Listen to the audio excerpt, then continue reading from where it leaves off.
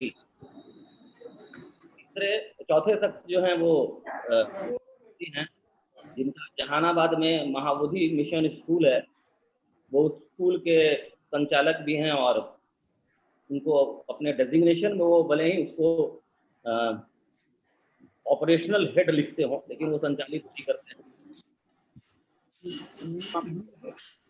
मैं काफी फिरजी में रहा और 2015 में अभ्यानंद सुपर 30 जब स्थापित हो रही थी तो उस समय मैं फिरजी छोड़कर अभ्यानंद सुपर 30 के साथ जुड़ा और तब से मुझे अभ्यानंद सर के साथ रहने का अवसर प्राप्त हुआ है और उनके टीचिंग मेथोडोलॉजी का भी अवसर प्राप्त हुआ है और मैं उसका एक पार्ट रहा हूँ। इसके संचालन के दौरान मैंने उन बच्चों को देखा है जो बच्चे रियली सरकार के द्वारा तो उनको क्या प्राप्त हुआ था क्या प्राप्त नहीं हुआ था उसका डिस्कशन आगे होगा, बट समाज ने उन्हें क्या दिया है और वो आज किस मुकाम पे हैं, उस पूरे जर्नी का मैं एक विजन जो जर्नी को देखता है, अब उसके लिए पर्टिकुलर शब्द मैं क्या यूज करूं, जर्नी का मैं एक पार्ट रहा हूं उनके लाइफ का और अभ्यानंद सर के निर्देशन में ही आप ज्वाइन करें ना, फिर ऑडियो आपको ऑन देखने को मिला था।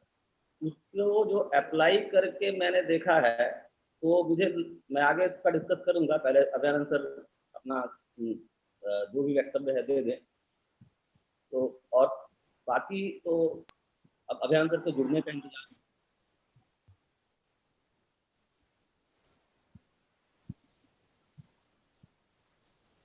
आपका कनेक्शन कैसा है पंकज जी? कनेक्टिविटी कैसी है? ठीक है, ठीक है। अभ्यानंद जी का फोन आया था, कुछ ऑडियो प्रॉब्लम आ रहा है उनको, तो मैंने कहा है कि आप एक बार और देख लीजिए जी। जितने लोगों को आपने कहा था उससे काफी ज्यादा लोग पार्टिसिपेट किए हैं। नहीं, पार्टिसिपेट ज्यादा लोगों का इसलिए होगा कि उसमें हमारे कुछ स्टूडेंट्स भी होंगे। बहुत अच्छा, बहुत बढ़िया। लिंक दे दिया था ताकि नहीं, सब लोग आगे ऐड हैं, क्योंकि आगे पता है आपको और कुमार प्रियांक को, दो ही लोगों को ये दिया गया था इसका ये। तो आगे समाज आज की जो ये हम लोगों की जो वेबिनार है ये बहुत महत्वपूर्ण है। कोरोना से पूरे देश और अपने राज्य में विशेषकर एक त्रासदी और संकट की स्थिति पैदा हुई है, लेकिन उसके साथ साथ मैं कहूंगा कि एक संभावना भी पैदा हुई है, एक अवसर भी हम लोगों को मिला है कि देश के हर कोने से हम एक दूसरे के साथ जुड़ पा रहे हैं। और विशेषकर बिहार के बारे में आज की चर्चा है। चर्चा जो है वो इसलिए भी विशेष है हम लोगों का, क्योंकि इसी सप्ताह में भारत की सरकार ने नई शिक्षा नीति का प्रारूप जो है वो राष्ट्र के सामने रखा है। प्रारूप को देखकर ऐसा लगता है कि नई शिक्षा नीति देश के लिए बहुत ही सफल रहेगी और अपेक्षा भी है इस शिक्षा नीति से सब लोगों को। लेकिन उसमें कुछ ऐसी बातें कही गई हैं, जैसे कोठारी कमीशन से ही ये बात तय होते आ रहा था, उन्होंने भी रिकमेंडेशन दिया था कि 6% जीडीपी का शिक्षा पे खर्च होना चाहिए। उसके बाद प्रोफेसर यशपाल के इसमें कमिटी बनी। अच्छा, सर जो है वो ज्वाइन कर लिए हम लोगों को। नमस्कार सर, हम लोग आपका ही वेट कर रहे थे कि आप ज्वाइन कर लें तो औपचारिक तरीके से इस वेबिनार का आरंभ किया जाए। तो आपकी आज्ञा हो तो फिर औपचारिक तरीके से इस वेबिनार का आरंभ किया जाए।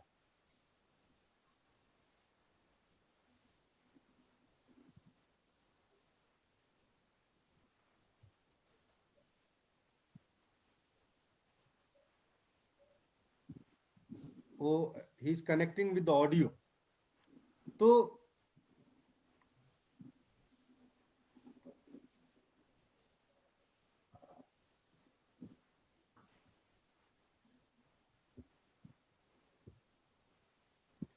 आपको आवाज आ रही है सर?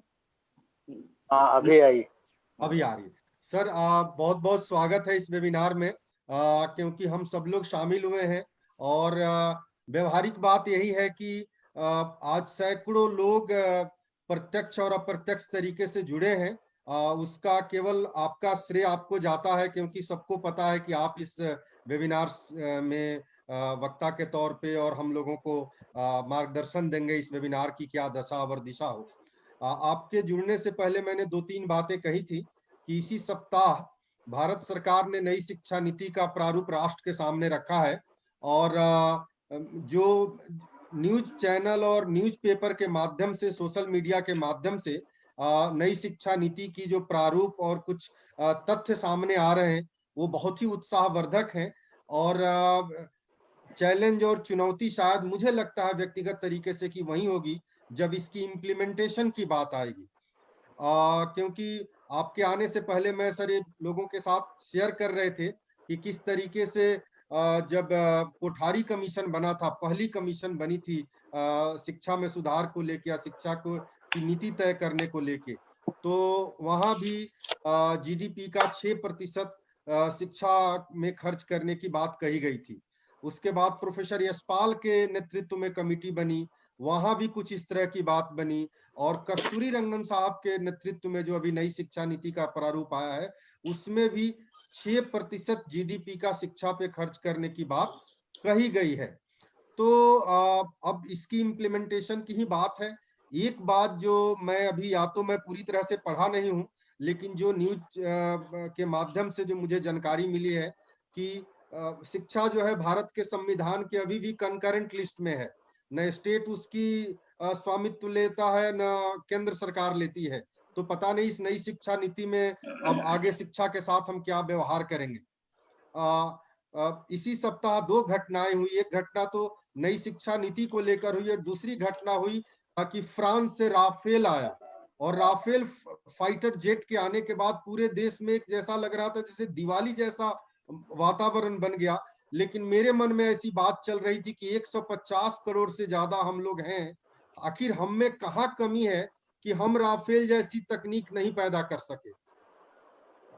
ये बात अलग है, इस पे आज की चर्चा जो है आप सबसे निवेदन है कि बिहार पे केंद्रित है और बिहार में भी शिक्षा और समाज सुधार का क्या संबंध है उस पे केंद्रित है और इन दोनों के संबंधों को व्यवहार में स्थापित करने वाले एक महान व्यक्तित्व हम लोगों के साथ हैं, श्री अभयानंद जी, जिनकी पहली जो आइडेंटिटी एक तरह से हम कहेंगे पहचान जो है पूरे देश दुनिया में, वो एक सुपर 30 के निर्माता के तौर पे है। सर, मुझे आपसे मिलने का गौरव और सौभाग्य बहुत बाद में मिला, लेकिन जब मैं कश्मीर में नॉर्थ ईस्ट इंडिया के अन्य राज्यों में जब मैं सेवा कार्य कर रहा था तो वहां आपके नाम से मैं भली भांति परिचित था। खासकर कश्मीर घाटी में, खासकर श्रीनगर में जब मैं सिविल सर्विसेज के लिए पढ़ाना शुरू किया और लोगों को पता चला मैं बिहार प्रदेश से हूं, तो अक्सर लोग बोलते थे कि एक व्यक्ति आपके बारे में कि हाँ, आप किस तरीके से उनके कई बच्चों के भविष्य को आगे ले जाने में आपकी भूमिका है नॉर्थ ईस्ट में भी। और एक बार आपसे बातचीत करने के बाद मुझे बोध गया जाने का मौका मिला और वहां आपसे कुछ गया के बारे में बातचीत हुई थी और जैसा कि मैंने आपसे सर शेयर किया था कि मैं भारत में जो स्ट्रक्चरल वायलेंस है, militancy, terrorism, insurgency and Maoism, इन चारों पे मैं भी कार्य कर रहा हूं। और जिस तरीके से गया में और खासकर शेर घाटी में जब मैं कुछ लोगों के साथ बैठा था और वहां एक बच्चे को मेरे सामने प्रस्तुत किया गया, वो अभी तैयारी कर रहा है, वो भी इंजीनियर बना नहीं है, लेकिन तैयारी करने के क्रम में जिस तरह से वो बोल रहा था कि मुझे एक आर्मी ऑफिसर बनना है, तो मैंने बोला इस आर्मी ऑफिसर बनने का कहाँ से आपको ये विजन मिला, दृष्टिकोण मिला। तो उसने अपने ममेरे भाई की चर्चा की, जिसके जीवन में आप निमित्त बने और आपके व्यक्तित्व से और आपकी जो शिक्षा का कार्य है उससे प्रभावित होके एक सामान्य वर्ग का परिवार का लड़का आज इंजीनियर है। तो शिक्षा और सुधार की बात करने से पहले मैं ये थोड़ी बैकग्राउंड इसलिए दे रहा हूं कि हम सबको पता चले कि सुधार शिक्षा के माध्यम से संभव है। 1-1.25 घंटे का ये वेबिनार है। अगर मैं बात करूं केवल आपको लेके, तो कृषि को लेकर जो आपका दृष्टिकोण है, मैंने आपसे कहा था कि मैं जीरो बजट नेचुरल फार्मिंग का ट्रेनर हूं, लेकिन जब मैंने आपसे कृषि और किसानों के बारे में बातचीत की तो मुझे लगा कि नहीं, अभी आपसे काफी कुछ सीखने की आवश्यकता है।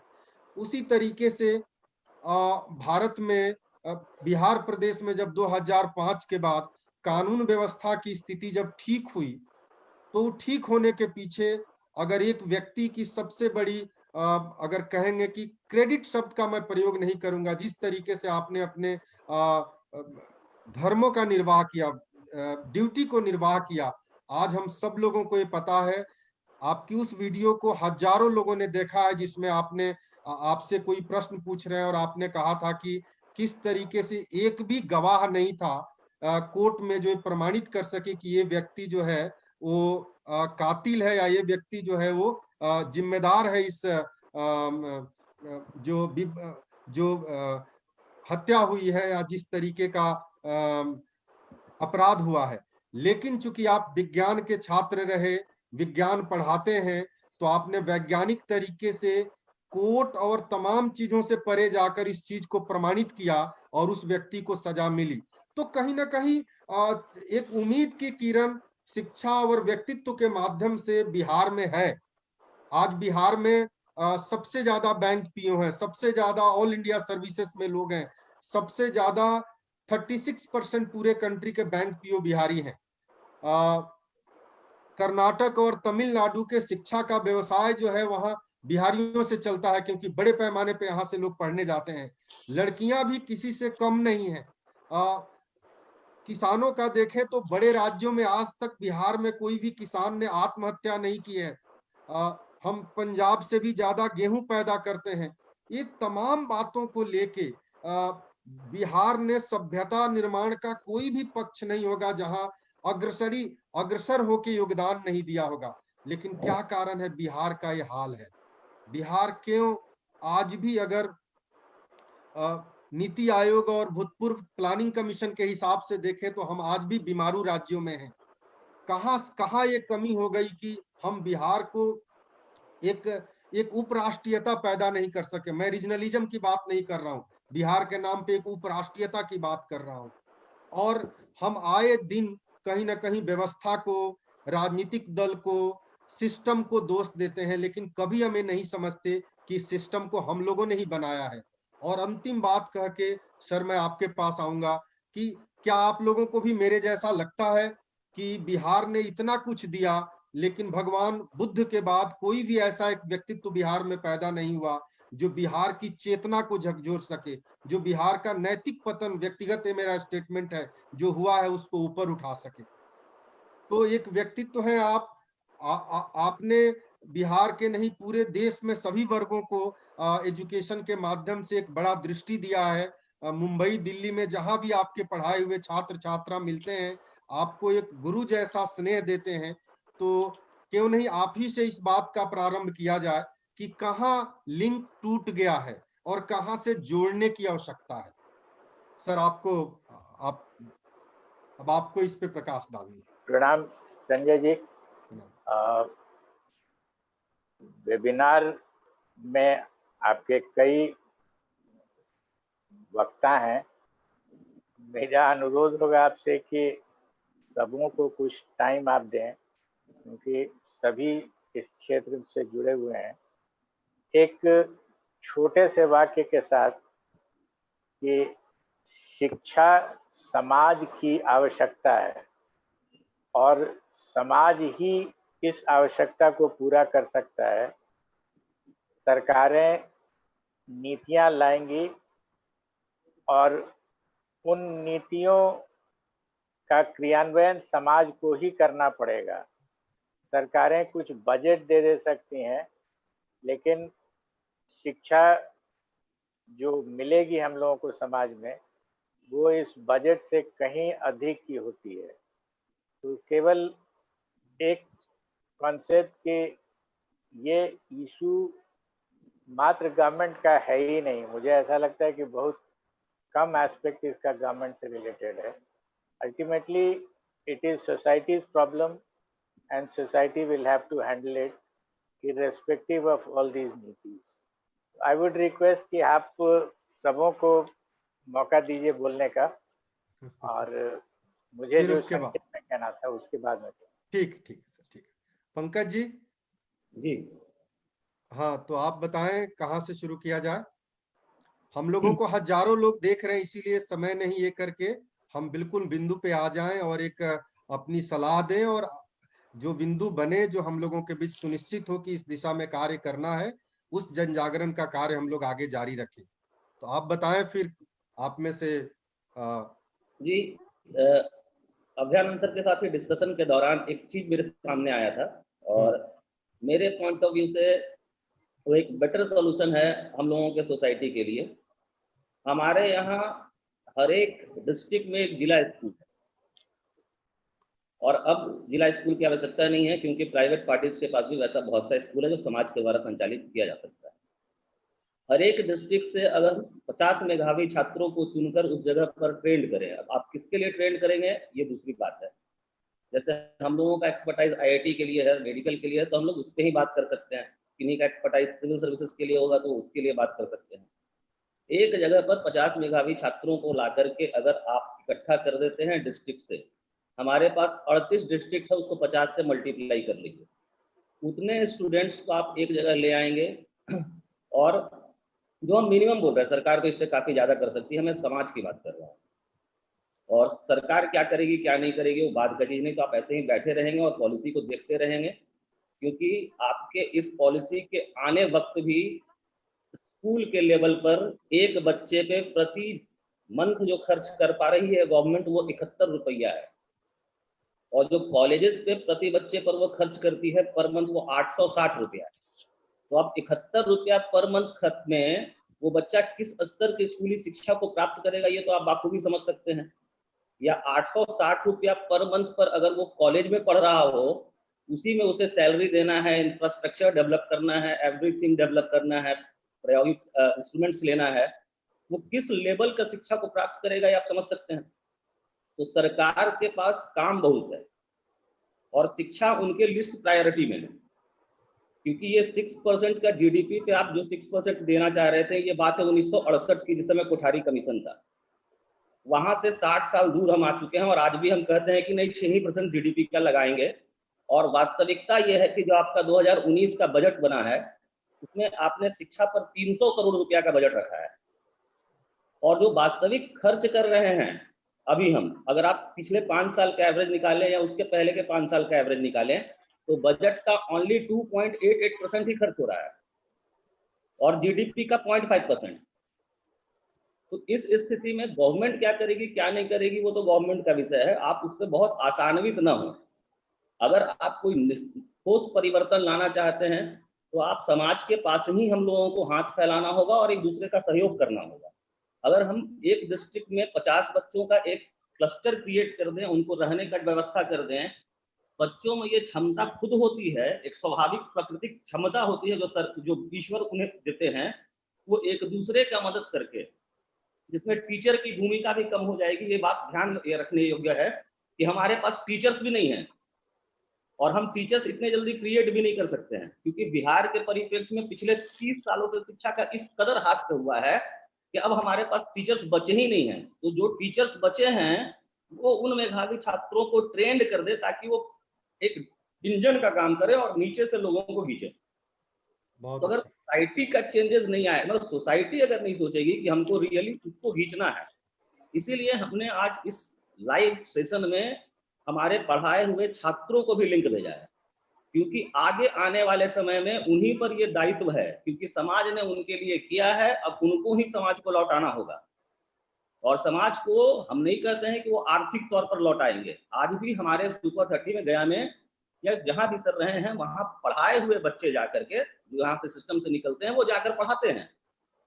तो अगर आप 50 बच्चों का क्लस्टर क्रिएट कर देते हैं हर एक डिस्ट्रिक्ट में, 38 डिस्ट्रिक्ट में 50 की संख्या हो जाएगी, 50-50 की संख्या, और उतना पोटेंशियल जब एक साथ निकलेगा तो एक क्रांति ला देगा। और बिना क्रांति के बिहार का एजुकेशन सिस्टम नहीं सुधरेगा, क्योंकि उसको एक जर्क चाहिए, वो थ्रस्ट लगेगा कहाँ से, क्योंकि इसमें एक रुकावट आ गई है, एक थ्रस्ट चाहिए। और जो सरकार का पॉलिसी है कि जीडीपी का हम 6% पे पहुंचेंगे, जो आज तक हम 1% भी खर्च नहीं कर पा रहे हैं, तो आप समझ जाइए कि क्या होने वाला है। ठीक है, बहुत अच्छा, बहुत बढ़िया।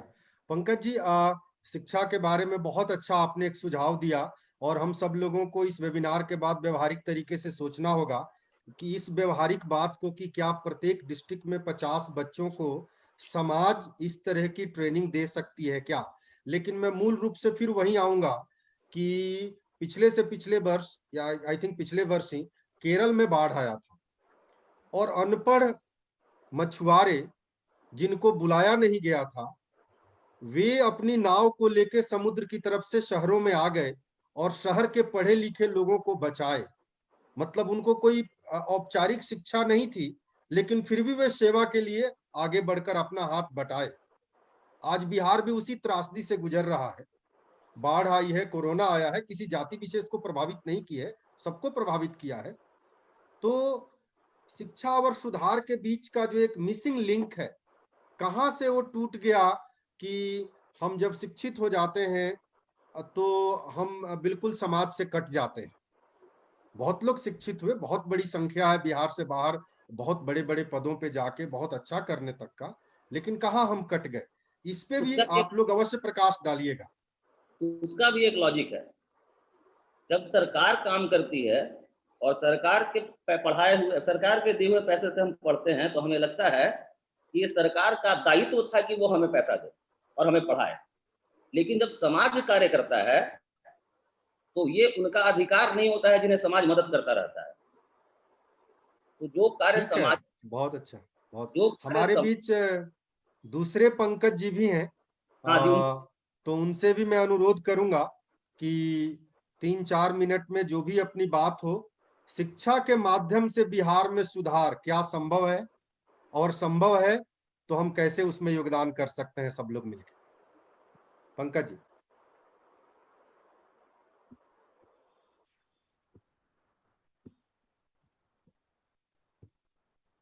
सर ऑडियो अनम्यूट कर लें प्लीज। आपकी आवाज नहीं आ रही है, अनम्यूट कर लें अपने को।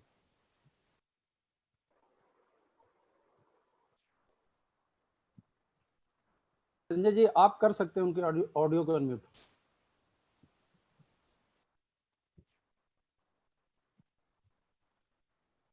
नहीं, मैं भी नहीं कर सकता हूँ। हाँ, आ रहा है आस्क टू अनम्यूट। मैं उनको केवल कह सकता हूँ, इधर से मैसेज भेज सकता हूँ। हाँ सर, आवाज जी जी आवाज आ रही है? जी आ रही है। सभी को सर, सभी को नमस्कार। सर को भी विशेष नमस्कार सर। सबसे बड़ा यह है कि इस संबंध में कई लोग वक्ता हैं जो आपको बताएंगे, लेकिन समाज के ऊपर हम खास करके आपको ध्यान आकर्षित करना चाहेंगे कि अभ्यानंद सर ने एक प्रयोग किया मगध सुपर 30 के नाम पर गया में। आवाज आ रही है सर? जी आ रही है। हाँ, तो समाज के सहयोग से हम लोग गया में गुरुकुल परंपरा के तहत बच्चों को शिक्षित करते हैं और IIT JEE का परीक्षा दिलवाते हैं। उसको एक ही छत के नीचे रखकर समाज के द्वारा ही प्राप्त धन से उनका पठन पाठन भोजन आवासन की व्यवस्था होती है। सबसे बड़ी आपको आश्चर्य, ये जो नई शिक्षा नीति है, जो भी नीति रही है सर, उसमें शिक्षक की अहम भूमिका रहती है। लेकिन हमारे यहाँ शिक्षकों में न के बराबर शिक्षक हैं। तो बच्चे जो है सीनियर्स रहते हैं वो जूनियर्स को पढ़ाते हैं।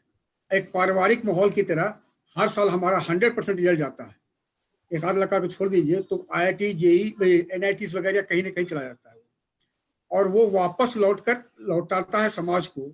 और मगध सुपर 30 एलुमनी जो है वो हमारा दैनिक खर्चा के लिए भी वो पैसा इकट्ठा करता है जो पास आउट बच्चे हैं। ये तो हुआ सर इस समाज के परिवर्तन। अब एक आइए सर, एक चरम नक्सल इलाका हमारे यहाँ गया में है, आप उस इलाके में गए होंगे। जी जी। तो जो काम सरकार राइफल के नोक पर नहीं कर पाई वो हमारे बच्चे वहाँ कर रहे हैं। आज NIT IITs में गया, औरंगाबाद और बिहार के नक्सल प्रभावित इलाके के अरवल वगैरह के लड़के 3 दर्जन से अधिक 2008 में संचालित हुआ है, बच्चे गए हैं और वो रोल मॉडल बन गए और एक साइलेंट रिवोल्यूशन लाने में वो बच्चे सफल हुए अपने इलाके में। आज नक्सलियों को पिछले 5-6 साल के अंदर, पहले वो करते क्या था कि जब काउंटर होती थी तो बाल दस्ता महिला दस्ता को आगे करते थे। आज नक्सलियों को न बाल दस्ता के लिए बच्चे मिल रहे हैं न महिलाएं मिल रही हैं। आज बच्चे ट्रिगर के जगह पर कंप्यूटर के माउस से खेलने लगे हैं। Total credits goes to mister Abhayanand sir को। उनका ये सोच था कि वो उस इलाके में वहाँ पर उन्होंने जब एज ए DGP कई थाना आउटपोस्ट वगैरह किया, व्यवस्था किया, खुलवाए। लेकिन आज वहाँ के बच्चे के रोल मॉडल संदीप यादव, ललेश यादव नहीं है। आज वहाँ के बच्चे हमारे सुपर 30 के बच्चे और बच्चियां हैं। तो एक साइलेंट रेवोल्यूशन लाने में हम लोग सफल हुए। आज बच्चे उस नक्सल इलाके के पठन पाठन की ओर अग्रसर हुए हैं। उनको लगता है कि आज हमारा फलाना भैया ये 48 लाख के पैकेज पर चला गया है, जो कभी सोच भी नहीं सकता था कि आज हमारा इतना जाएगा। आज भी हमारे यहाँ कभी आपको आमंत्रित करते हैं, आइए जब लॉकडाउन खुलता है तो सुपर 30 का देखिए, एक भी बच्चा आपको नहीं मिलेगा कि जो समय का सदुपयोग नहीं करते नजर आएगा। वो एक दूसरे को पढ़ाते नजर आएगा या एक दूसरे को कोऑपरेट करते रहेगा। इतना ही नहीं, आज एक बच्चा अगर कोई बीमार हो गया, रणवीर हमारे एक NIT लड़का कुरुक्षेत्र से किया है, वो 2 साल पहले वो मुंबई में गया तो वहाँ बीमार पड़ गया, तो वहाँ का हमारे एक संजीत यादव IIT मुंबई का स्टूडेंट है, विशाखापट्टनम में जॉब कर रहा है, तो उसको जानकारी मिली, उसका और बच्चे लोग मिला, तो उसको टोटल 17-18 लाख रुपए का वहाँ पर उन लोगों ने व्यवस्था करके परिवार की तरह माहौल दिया है। तो इस तरह बच्चे जो है एक दूसरे को छोटे भाई बहन की तरह रखकर उनको करते हैं। सर का गाइडेंस रहता है, डेली वो जब भी खुला रहता है तो मोबाइल फोन पर ऑडियो वीडियो पर वो बच्चे लोगों को गाइड करते हैं। आज आप कह रहे हैं, आज हमारा पिछले 18 में एक लड़का सचिन साहब टाटा का था, वो उसके पिताजी ऑटो चालक हैं, तो उसका NIT भी निकल गया था, IIT की परीक्षा देना था, इस बीच में उसका NDA क्वालिफाई कर गया। संजोग से उसी दिन पुलवामा पर अटैक हुआ था, उसको हम लेकर सर के पास गए थे। उसको हम लोग सर पूछे कि तुमको क्या जाना है, कि सर इकलौता बच्चा है वो अपने माँ बाप का, और वो कहा कि नहीं सर हम NDA में जाएंगे, अभी वो नेवी में पुणे में वो ट्रेनिंग ले रहा है। इसकी IIT तो बहुत जाता है, लेकिन देश की सेवा करने के लिए वो भी इकलौता बच्चा, उसकी माँ उसको प्रेरित की, वो गया। आज बिहार का एक लड़का है चेतन आर्य, जो हमारे गया का मुचारिम का रहने वाला है, वो अभी ज्यूरिख स्विट्जरलैंड में इंटरनेशनल साइंस लेबोरेटरी में उसकी सिलेक्शन हुई है, PhD वहां से करेगा। तो उसका था कि IIT MTech किया वो पटना दिल्ली IIT से। उसका कहना है कि सर IIT करके हम पैकेज पर नहीं जाएंगे, हम देश की सेवा के लिए भविष्य का वो इसरो का महान वैज्ञानिक बनने लगा। वो तो ऐसा नहीं है कि नक्सल इलाके के बच्चे आज सिर्फ मौका उनको आप दीजिएगा तो कहाँ से कहाँ चले जाएंगे, उसका कोई नहीं। मेघा है उनके पास, सिर्फ उनको एक प्लेटफॉर्म देने की जरूरत है, और वो काम हमारे अभियान सर के द्वारा किया गया है। बहुत अच्छा। देखिए, 2 बात तो तय हुआ कि आप दोनों पंकज जी को सुनकर कि पुस्तकों में जो ज्ञान है उससे ज्यादा महत्वपूर्ण व्यक्तित्व का योगदान है। पुस्तक तो लाइब्रेरी में भरा हुआ है, हर जगह है, बाजार में मिल जाएगा, लेकिन एक व्यक्ति पे असर दूसरे व्यक्ति के व्यक्तित्व का पड़ता है, और वो व्यक्तित्व आज हमारे साथ हैं और हम उनको सुनेंगे बाद में। दूसरी बात, जब भी हम लोग समाज की चर्चा कर रहे हैं, क्योंकि हजारों लोग जुड़े हुए हैं, मैं आप सबसे निवेदन करूंगा, समाज से मतलब जाति से नहीं है। समाज की जो परिभाषा है उपनिषद में, समम अंजंती इति समाज है, सबको साथ लेकर चलने की प्रक्रिया का नाम ही समाज है। तो बिहार में जितने लोग हैं, चाहे जिस जाति वर्ग क्षेत्र भाषा और समुदाय के हों, उन सब के बीच सुपर 30 के संस्थापक के तौर पे अभयानंद जी ने जो अपने व्यक्तित्व से लोगों को प्रभावित किया है, ये सब लोगों को, लोग मुझे मैसेज कर रहे हैं मेरे मोबाइल पे कि उनके लिए फर्स्ट हैंड इंफॉर्मेशन है, और ये बिहारी लोग हैं जो अलग अलग जगहों से मैसेज कर रहे हैं। जी पंकज जी। सर एक चीज और हम बताना चाहेंगे। हाँ, अभयानंद सर के द्वारा मगर सुपर 30 में कई प्रयोग किया गया है, उसमें एक प्रयोग है कि लड़कियों का, ठीक है सर। तो आज हमारी कम से कम 2 दर्जन से ऊपर लड़कियां IIT NIT वगैरह में गई हैं, और वो रोल मॉडल हो रही है इलाके में, खासकर नक्सल इलाके की। एक लड़की है गो की, औरंगाबाद बहुत नक्सल प्रभावित इलाका है वहाँ का, वहाँ की लड़की है रेणु, IIT दिल्ली में उसका प्लेसमेंट भी हो गया है। तो वो अभयानंद सर को अपने पिताजी की तरह मानती है, और वो कहती है कि हमको लोग पहले विश्वास करते हैं कि IIT क्या होता है, ITI में आप गई हैं, नहीं हम IIT में। ऐसे नक्सल इलाके के बच्चे लोग हैं। तो ये तय हुआ ना पंकज जी कि प्रिंसिपल्स इंपॉर्टेंट नहीं है, पर्सनालिटी इंपॉर्टेंट है। नहीं, बिहार के बच्चों में मेघा है सर, उसको सिर्फ एक प्लेटफॉर्म देने की जरूरत है। आज इसी कारण बिहार के सबसे ज्यादा लड़के IAS IPS UPSC सेना जहां भी आप देखिएगा वहां मिलते हैं। तो टोटल एक साइलेंट रिवोल्यूशन नक्सल इलाके में हुआ। आप एक बच्ची को पढ़ाते हैं तो 2 परिवार का उसका कल्याण करते हैं, वो जहां जाएगी उस परिवार को भी शिक्षित करेगी। तो ये भी हमारे यहाँ, आज हमारे यहाँ टारगेट फाउंडेशन में 21 लड़कियां हैं जो कि मतलब इस साल भी देंगे और पिछले साल दोनों मिलाकर है। 7 बच्ची इस साल हमारे एडवांस के लिए तैयारी करेंगे, इसमें देंगे, और बाकी बच्ची फाउंडेशन के लिए। लड़कियों को हम लोग को छांटने में दिक्कत होती है कि उसको कैसे रखें। तो ये तो सर टोटल सर है कि शिक्षा का जिस प्रकार से किया जा रहा है, और अभयानंद सर का जो सोच है वो आज का नहीं, वो आगे 25 साल आगे का सोचते हैं। उस नक्सल इलाके में जहां पर कि बंदूक लेकर अरबों रुपया खर्च कर चुकी है सेंट्रल गवर्नमेंट, आज वहां पर नक्सली सिमट कर पहाड़ तक सिमट कर रह गए। वहीं इस वेबिनार का उद्देश्य भी है बिहार समाज के वकील लोगों से, मीडिया के लोगों से, शिक्षा के लोगों, सभी लोगों के साथ मैं वेबिनार कर रहा हूं, लगातार कर रहा हूं जब से ये अपना लॉकडाउन लगा है।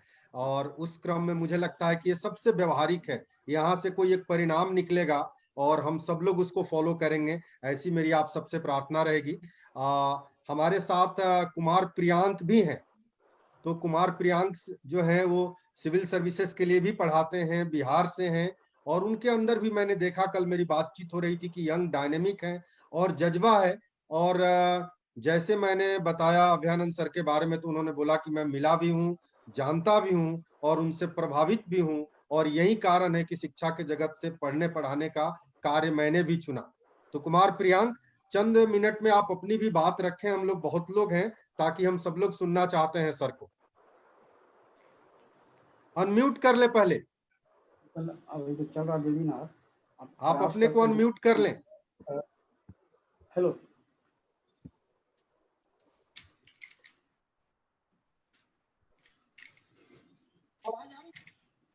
आवाज नहीं आ रही है प्रियांक।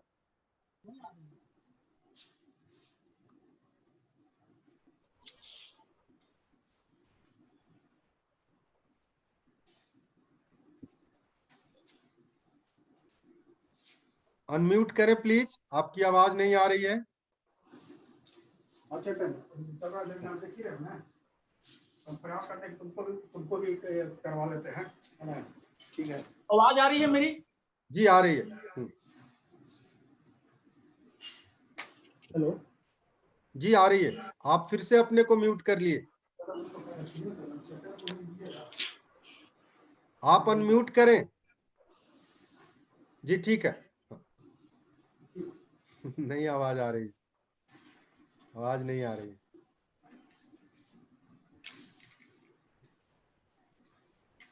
ठीक है, कोई टेक्निकल परेशानी है, हम लोग फिर आपके पास आएंगे। इस बीच संजय चौहान जी से मैं निवेदन करूंगा कि वे अपनी बात को रखें, अनम्यूट कर लें, और जो लोग अनम्यूट हैं अपने को म्यूट कर लें, ताकि आवाज उनकी सुनने में तकलीफ नहीं हो। जी संजय जी। जी जी सबसे पहले सभी लोगों को सादर प्रणाम, खासकर अभयानंद सर को चरण स्पर्श। आज आवाज जा रही है? जी। आज हम सभी विचार विमर्श कर रहे हैं नई शिक्षा नीति पर। मेरा ज्ञान कहता है कि सरकार की कोई भी व्यवस्था इस देश में अच्छी नहीं हो सकती। पिछले 2-3 वर्षों में हमने भागलपुर के आसपास के कई जिलों के हजारों के तादाद में स्कूल को देखा, समझने का प्रयास किया। पंकज सर बता रहे थे, इस वर्षों में शिक्षा व्यवस्था बर्बाद हो गई। शिक्षक ही नहीं है। शिक्षक जब इस देश में होंगे तभी हम कोई भी नीति लागू कर सकते हैं। सबसे ज्यादा समस्या है इस देश में शिक्षकों की। अच्छे शिक्षक होंगे तो थोड़ी नीति अगर कमजोर भी होगी तो उसको अमली जामा पहनाया जा सकता है। और आज सरकार की इच्छा शक्ति नहीं है वो इस क्षेत्र में काम करे। अभयानंद सर अक्सर कहते हैं कि शिक्षा और स्वास्थ्य समाज की समस्या है, और हम लोगों को यानी समाज के लोगों को मिलके इसका निदान ढूंढना होगा। और ये समाज की समस्या है और हम ही लोगों को इसका निदान ढूंढना होगा।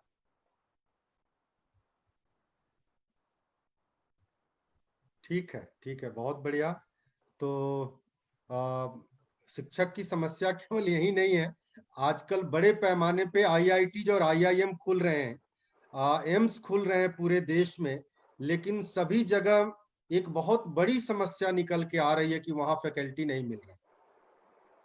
इसीलिए जो पहले से स्थापित आईआईटीज हैं, आईआईएम है या दिल्ली का एम्स है, वहीं आज सब लोगों की प्राथमिकता आज भी वहीं रहती है। शिक्षकों की कमी है। शिक्षकों की कमी पे मेरे भी अपने कुछ विचार है कि आखिर लोग शिक्षक क्यों नहीं बनते, और शायद नई शिक्षा नीति के जो ड्राफ्ट हम लोगों के सामने आया है उसमें एक अच्छे शिक्षक बनाने के बारे में भी उनके कुछ ख्याल हैं, उनकी कुछ नीति है, देखते हैं वे कैसे लागू होगा। इस बीच हमारे साथ कुमार प्रियम, आप टेक्निकली ठीक है, बात कर सकते हैं? हाँ, अपने को अनम्यूट कर लें। अनम्यूट मैं कर ले रहा हूँ, अनम्यूट का जो आ रहा है ना वो कर रहा हूँ मैं। आ रही है आपकी, बात करें प्लीज। हाँ आवाज आ रही है मेरी? जी। सबसे पहले आप सभी को मेरा नमस्कार, और मेरा नाम कुमार प्रियांक है और मैं बिहार के रोहतास जिले से हूँ। अभ्यानंद सर से मैं कभी प्रत्यक्ष नहीं मिला, लेकिन इनको मैंने देखा है वहां पे, और उसके बाद इनके बारे में बहुत सुना है मैंने, और शुरू से बिना मिले जो है मेरे लिए प्रेरणा स्रोत रहे हैं, और इनको देखकर सीखा है मैंने। और जब मैं पिछले साल पटना में पढ़ा रहा था, तो एक्चुअली मैं सिविल सर्विसेज के लिए मोस्टली पढ़ाता हूँ, और खुद भी जो है मैंने इसकी तैयारी की थी और कुछ नंबर से रुका था मेरा। तो फिर मैं उसके बाद इस अध्यापन के क्षेत्र में उतर गया, और बिहार में मैंने कई बच्चे जो पढ़ नहीं पाते हैं पैसे के अभाव में, तो उनको फ्री में भी मैंने कोचिंग दी है पटना में। आप वहाँ मतलब पता कर सकते हैं। तो एक चीज जो मैं कहना चाहता हूँ कि क्यों हमारा राज्य बिहार जो है वो धीरे धीरे पिछड़ता चला गया। आप देखेंगे कि आजादी के टाइम में बिहार की स्थिति कोई बहुत खराब नहीं थी, लेकिन धीरे धीरे हमारी स्थिति जो है वो खराब होते चली गई। अभी एक वक्ता जो थे उन्होंने कहा कि सबसे ज्यादा आईएएस आईपीएस जो है वो बिहार से ही आते हैं। तो मैं यहाँ बता देना चाहूंगा कि अब पिछले कुछ वर्षों में बिहार की स्थिति सिविल सर्विसेज में भी दयनीय हो गई है, और अब हर साल 10% रिजल्ट भी जो है वो बिहार से नहीं होता है सिविल सर्विसेज में। यह एक सच्चाई है, और इसका एक बहुत बड़ा कारण है कि जो हिंदी माध्यम के छात्र हैं, जो अभ्यर्थी हैं हिंदी माध्यम के, वो सफल नहीं हो पा रहे हैं यूपीएससी के द्वारा संचालित सिविल सर्विस परीक्षा में। इसके बाद जो मैंने पाया है कि केवल एक दृष्टिकोण रखने से कि शिक्षा पर हम सभी जो है सफल नहीं हो पाएंगे। एक समग्र दृष्टिकोण, जो होलिस्टिक अप्रोच जिसे बोलते हैं, उसे रखना पड़ेगा बिहार के संदर्भ में। जैसे हम लोग क्या देखते हैं कि जो बिहार की जो भौगोलिक स्थिति है, झारखंड के हटने के बाद हमारी स्थिति और खराब हुई, लेकिन जब झारखंड हमारे साथ था वर्ष 2000 तक, तो भी हमारी स्थिति बहुत अच्छी नहीं हो पाई थी। इसका एक बहुत बड़ा कारण था 1952 में फ्रीट इक्वलाइजेशन पॉलिसी को लागू किया जाना, जिसके कारण जो दक्षिणी बिहार यानी आज के झारखंड में जो खनिज संसाधन थे, उसका फायदा जो है बिहार को नहीं मिल पाया। तो वो तो पहले की बात हो गई। अब 92 के आसपास उस पॉलिसी को हटा दिया गया था, लेकिन तब तक काफी हम पिछड़ गए थे संसाधनों के मामलों में, और संसाधन होते हुए भी जो है हम तब पिछड़े। लेकिन अभी का जो बिहार है, इसकी सबसे बड़ी जो भौगोलिक अवस्थिति वाली जो समस्या है, उत्तर में नेपाल, हिमालयी नेपाल, और दक्षिण में पठारी झारखंड, और इसके बीच में नदियों वाला बेल्ट जो है हमारा बिहार, इसमें मोस्टली देखेंगे कि जो गंगा नदी के उत्तर के जो क्षेत्र हैं, ये हर साल बाढ़ से डिस्टर्ब होते हैं, और दक्षिणी बिहार जो है वो कई बार सूखे की चपेट में रहता है। आप इसको देखते होंगे। और बिहार की गरीबी का एक बहुत बड़ा कारण ये भौगोलिक जो है बनावट है। जैसे जब उत्तरी बिहार में जब बाढ़ की स्थिति आएगी, तो अब कैसे विद्यालयों को चला पाएंगे, कैसे कोई शिक्षक जो है वो पढ़ा पाएगा, और कैसे जो विद्यार्थी हैं वो पढ़ पाएंगे इस परिस्थिति में। दक्षिणी बिहार में हम देखेंगे तो सुखाड़ की स्थिति, जैसे आप गया, औरंगाबाद, अरवल जो भी क्षेत्र ले ले, या नवादा का क्षेत्र, यहाँ पर कहीं ना कहीं सुखाड़ की एक समस्या आ जाती है। तो सबसे पहले तो हमें इस समस्या को भी डील करना होगा, इस भौगोलिक समस्या को। हमारे पास उद्योग नहीं है, और सबसे बड़ी बात, हम बिहारियों में जो मैंने देखा है अपने अनुभव के द्वारा, हम सरकारी नौकरी की तरफ बहुत भागते हैं। स्किल डेवलपमेंट की बजाय जो है गवर्नमेंट जॉब चाहिए। आईएएस बनना है, आईपीएस बनना है, सामंती मानसिकता का परिचायक, और उसके अलावा अगर वो नहीं सक्षम है तो रेलवे की नौकरी निकाल लो, बैंक में पीओ बन जाओ, क्लर्क बन जाओ। लेकिन स्किल डेवलपमेंट की तरफ, जैसे कि बड़े बड़े उद्यमी हुए हैं हमारे यहाँ, वेदांता के अनिल अग्रवाल जी हैं, या फिर एसआईएस के जो है आरके सिन्हा जी, ऐसे बड़े बड़े लोग हुए हैं, किंग महिंद्रा हैं। तो ये तमाम उद्योगपति हैं। तो जो उद्योगपति बन गए, लेकिन बिहार में उद्योग नहीं लग पाया। तो एक तो हमें शिक्षा को केवल सरकारी नौकरी की तरफ नहीं मोड़ना है, हमें ऐसी शिक्षा लानी है बिहार में जिसके माध्यम से स्किल डेवलपमेंट भी हो, गवर्नमेंट जॉब की तरफ भागने की जो प्रवृत्ति है उससे हमें बचने की भी जरूरत है। मैं एक बार क्लियर कर दूं। उसके बाद हमारे बिहार में मैंने खुद देखा है पढ़ाते समय छात्रों को कि अगर कभी पढ़ाते समय मैंने कभी किसी राजनीतिक पहलू पर कोई बात रख दी तो अक्सर मैंने देखा है कि जो छोटे छोटे बच्चे हैं उनमें भी जातिवाद जो है वो बहुत ज्यादा है। हम लोगों के राज्य में, पूरे देश में है जातिवाद, जो कास्ट है, कास्टिज्म जो है वो पूरे देश में है। लेकिन मैंने स्पेशली अपने राज्य बिहार में इस चीज को बहुत ज्यादा देखा है कि जो बच्चे 11th-12th में होते हैं, ग्रेजुएशन में होते हैं, उनमें भी जातिवाद बहुत ज्यादा है कि अगर कोई अमुक नेता हमारी जाति का है तो हम जो है उसी के फेवर में रहेंगे, चाहे उसकी नीतियां जो है कितनी भी खराब रही हो। तो ये एक बड़ी गलत चीज आ गई है हमारे बच्चों में, छात्रों में। इससे भी बचाए रखने की जरूरत है उन्हें। दूसरी बात, अगर आप चाहते हैं कि बिहार में अच्छे शिक्षक आए तो उसके लिए सबसे जरूरी है कि जो सरकारी जो नीति है, मानसिकता है, उसमें भी बदलाव आए। अच्छे लोग, जो योग्य लोग होते हैं, वो शिक्षक नहीं बनना चाहते। मैं आपको स्पष्ट कर दूं क्यों नहीं बनना चाहते हैं। आप कितने भी काबिल शिक्षक हो, आपके जिले के डीएम, एसपी और जज अगर आ जाएंगे तो जिले के जितने शिक्षक प्रोफेसर हैं सब खड़े हो जाते हैं। एसपी साहब आ गए, डीएम साहब आ गए, जिला जज आ गए, सीजेएम आ गए, टीचर सारे खड़े हो गए, प्रोफेसर सारे खड़े हो गए। तो जब तक आप शिक्षक के पेशे को, मैं पेशा यूज कर रहा हूं, आप समझिएगा इस चीज को, जब तक आप शिक्षक को एक गरिमामय जो उनकी पोजीशन है समाज में आप नहीं देंगे तो कोई योग्य व्यक्ति आईएएस आईपीएस ही बनना चाहेगा, जज ही बनना चाहेगा। वह शिक्षक बनने से तभी बनना चाहता है जब उसके पास लास्ट ऑप्शन रह जाता है कि चलो हमने तैयारी की सिलेक्शन नहीं हुआ तो चलो टीचर बन जाते हैं। ये नहीं चाहिए। हमें ऐसी नीति चाहिए जिससे हमारे योग्य युवा शिक्षक बनने के लिए प्रेरित हो, उन्हें लगे कि हमें आईएएस आईपीएस नहीं, मुझे टीचर बनना है।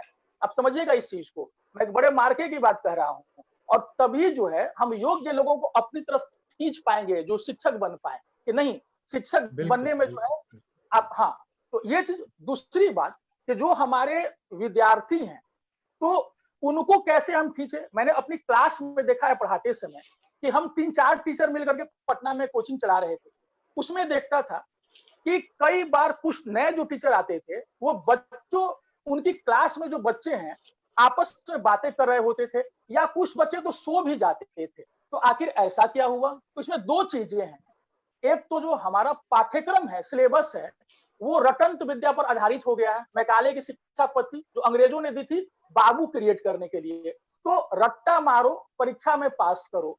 और तो बच्चे जो है उस शिक्षा पद्धति से बोर हो जाते हैं, वो पढ़ना नहीं चाहते हैं और वो या तो क्लास में सो जाते हैं अथवा वो आपस में बातें करते रहते हैं धीरे धीरे।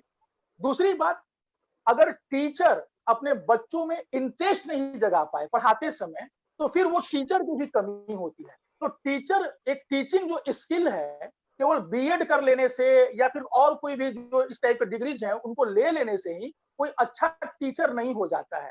टीचर बनने के लिए बेहद जरूरी है कि क्लास में पढ़ाते समय वो टीचर बच्चों में इंटरेस्ट पैदा कर दे। बिल्कुल तो बिल्कुल प्रियांक जी, बिल्कुल। हमारी पढ़ाई जो है थ्योरेटिकल हो गई है, ज्यादा प्रैक्टिकल कम है और नतीजा जो है, हाँ, तो बच्चे क्यों रुचि ले पढ़ाई में, वो तो बोर हो जाते हैं। तो हमारा पाठ्यक्रम ऐसा होना चाहिए कि बच्चों को मजा आए। और मेरा अपना मैंने देखा है कि पढ़ाते समय मैं देखता था कि बच्चे बोर हो रहे हैं तो 15-20 मिनट के बाद कोई इंस्पिरेशनल स्टोरी डाल देता था 5 मिनट का, या कोई मसालेदार बात कर देता था, सबकी नींद भाग जाती थी और सब हंसने लगते थे और फिर मैं उनको खींच लेता था अपनी तरफ। तो कई प्रेरणादायी स्टोरीज बताता था कि देखो एक एन अंबिका अभी मुंबई की, नॉर्थ मुंबई की डीसीपी है, वो एक पुलिस कांस्टेबल की वाइफ थी और 14 साल की उम्र में उनका विवाह हो गया था, बाल विवाह एन अंबिका का। 18 साल में 2 बच्चों की मां थी और उनके सिपाही पति उन्हें एक प्रोग्राम में ले गए जहां डीजीपी से लेकर एसपी तक सभी आए हुए थे। वाइफ ने पूछा कि बाप रे ये कौन लोग हैं, इतनी खसक, मतलब इतना ज्यादा इनको वैल्यू मिला हुआ है। सिपाही पति ने बताया कि ये सभी आईपीएस हैं। पत्नी ने कहा मुझे पढ़ना है, पति ने सपोर्ट कर दिया और 2009 में जाकर के वो महिला जो तब 18 साल की थी और वो महिला ने जाके आईपीएस निकाला, 2009 बैच में वो आईपीएस बनती हैं। 3 शुरुआती अटेम्प्ट में पीटी नहीं निकालने के बाद। तो कहीं ना कहीं वो जो प्रेरणा अभिभावकों की तरफ से भी बच्चों को आना चाहिए। मैंने अक्सर देखा है कि जो फीमेल जो स्टूडेंट होती हैं वो मेरे से बोलती हैं कि सर पापा ने कहा है कि 2 साल का समय है फिर तेरी शादी कर दूंगा। लड़कियों पर अतिरिक्त प्रेशर होता है और मैं उन्हें लालच देता था कि तुम्हारे पास 35% रिजर्वेशन है बेटा, इसका फायदा उठाओ। ठीक है और कुमार प्रियांक जी, बहुत हाँ, बढ़िया। इस पे एक बार और भी हम लोग चर्चा करेंगे, ये कोई अंतिम नहीं है, बार बार चर्चा करेंगे, क्योंकि जो हाँ, पढ़े लिखे समाज के लोग हैं उनका प्रमुख काम है समाज को जन जागरण करना, जन जागरण के माध्यम से झकझोर देना। और आप सबका अनुभव है कि, और आपने शायद सुना होगा, अभयानंद जी ने अपनी शुरुआत में ही 2 लाइन कही थी कि शिक्षा की और स्वास्थ्य का स्वामित्व जो है वो समाज का है। मैं उसमें एक और जोड़ देता हूं, शिक्षा, समाज और सुरक्षा, इन तीनों का स्वामित्व जो है वो सरकार के पास है। तो जिस तरह की आपकी एक अनुभव रहा है, उस तरह से बहुत लोगों के अनुभव है, और उसमें से जो अच्छी अनुभव है और जो चुनौतियां हैं उनको कैसे उसकी सामना किया जाए और उससे उस दलदल से बिहार को निकाला जाए, आज का प्रमुख विषय यही है। और एक मॉडल है अपने पास, जैसे सुपर 30 की स्थापना करने के बाद जितने लोग बात कर रहे हैं, कहीं ना कहीं अभयानंद जी के व्यक्तित्व और उस जो विजन डेफिसिट सिंड्रोम जब हो जाता है समाज में, तो समाज के पतन को कोई नहीं रोकता। तो आज भी विजनरी लोग हैं जिनका लाभ उठा के समाज को इस दलदल से बाहर निकाला जा सकता है। मधुकर जी कहाँ है? बीच में दिखाई दे रहे थे, अभी वीडियो में नहीं है। मधुकर जी आप अभी भी म्यूट हैं, अनम्यूट कर ले प्लीज। सर नमस्कार। नमस्कार। आप चंद शब्द बोलें और उसके बाद दीपेश कुमार बोलेंगे, और तब सर को हम लोग सब लोग सुनने के लिए हैं। सभी लोगों को नमस्कार, विशेषकर अभ्या सर को चरण स्पर्श। हमारी जिंदगी की शुरुआत जैसे समाज के और लोगों की होती है शिक्षा ग्रहण करने के बाद अपनी जीविका के लिए, उसी तरह से हमने भी जिंदगी की शुरुआत की। और हमने पढ़ाई के बाद कॉरपोरेट को ज्वाइन किया। और चूंकि मूल रूप से हमारी पारिवारिक पृष्ठभूमि जो है वो शिक्षा से जुड़ा हुआ है। मेरे माता पिता दोनों शिक्षक हैं, मेरे परिवार में और लोग भी शिक्षा के क्षेत्र से जुड़े हुए थे, तो मेरी कहीं ना कहीं रुचि थी शिक्षा के लेके। और हम लोगों ने एक आगे का जो तय किया था कि आगे करके जो चीज हमें समाज से मिला है उसे हम समाज को कैसे लौटा पाएं। तो माताजी पिताजी की रिटायरमेंट के बाद हम लोग उस स्थिति को प्राप्त करने में सक्षम हुए, और एक छोटे से जगह पे, एक जिला हेडक्वार्टर के पास, जहानाबाद जिला के हेडक्वार्टर के पास काको मेरा गांव है, जो ब्लॉक हेडक्वार्टर भी है, उस हाईवे पे, जहानाबाद बिहार शरीफ के हाईवे पे एक स्कूल को स्थापित करने का काम हम लोगों ने किया, जिसका नाम है महाबोधि मिशन स्कूल। चूंकि समाज को सोच हमारी बहुत है, लेकिन हम कितना सक्षम है समाज को देने में, ये समझने की जरूरत है।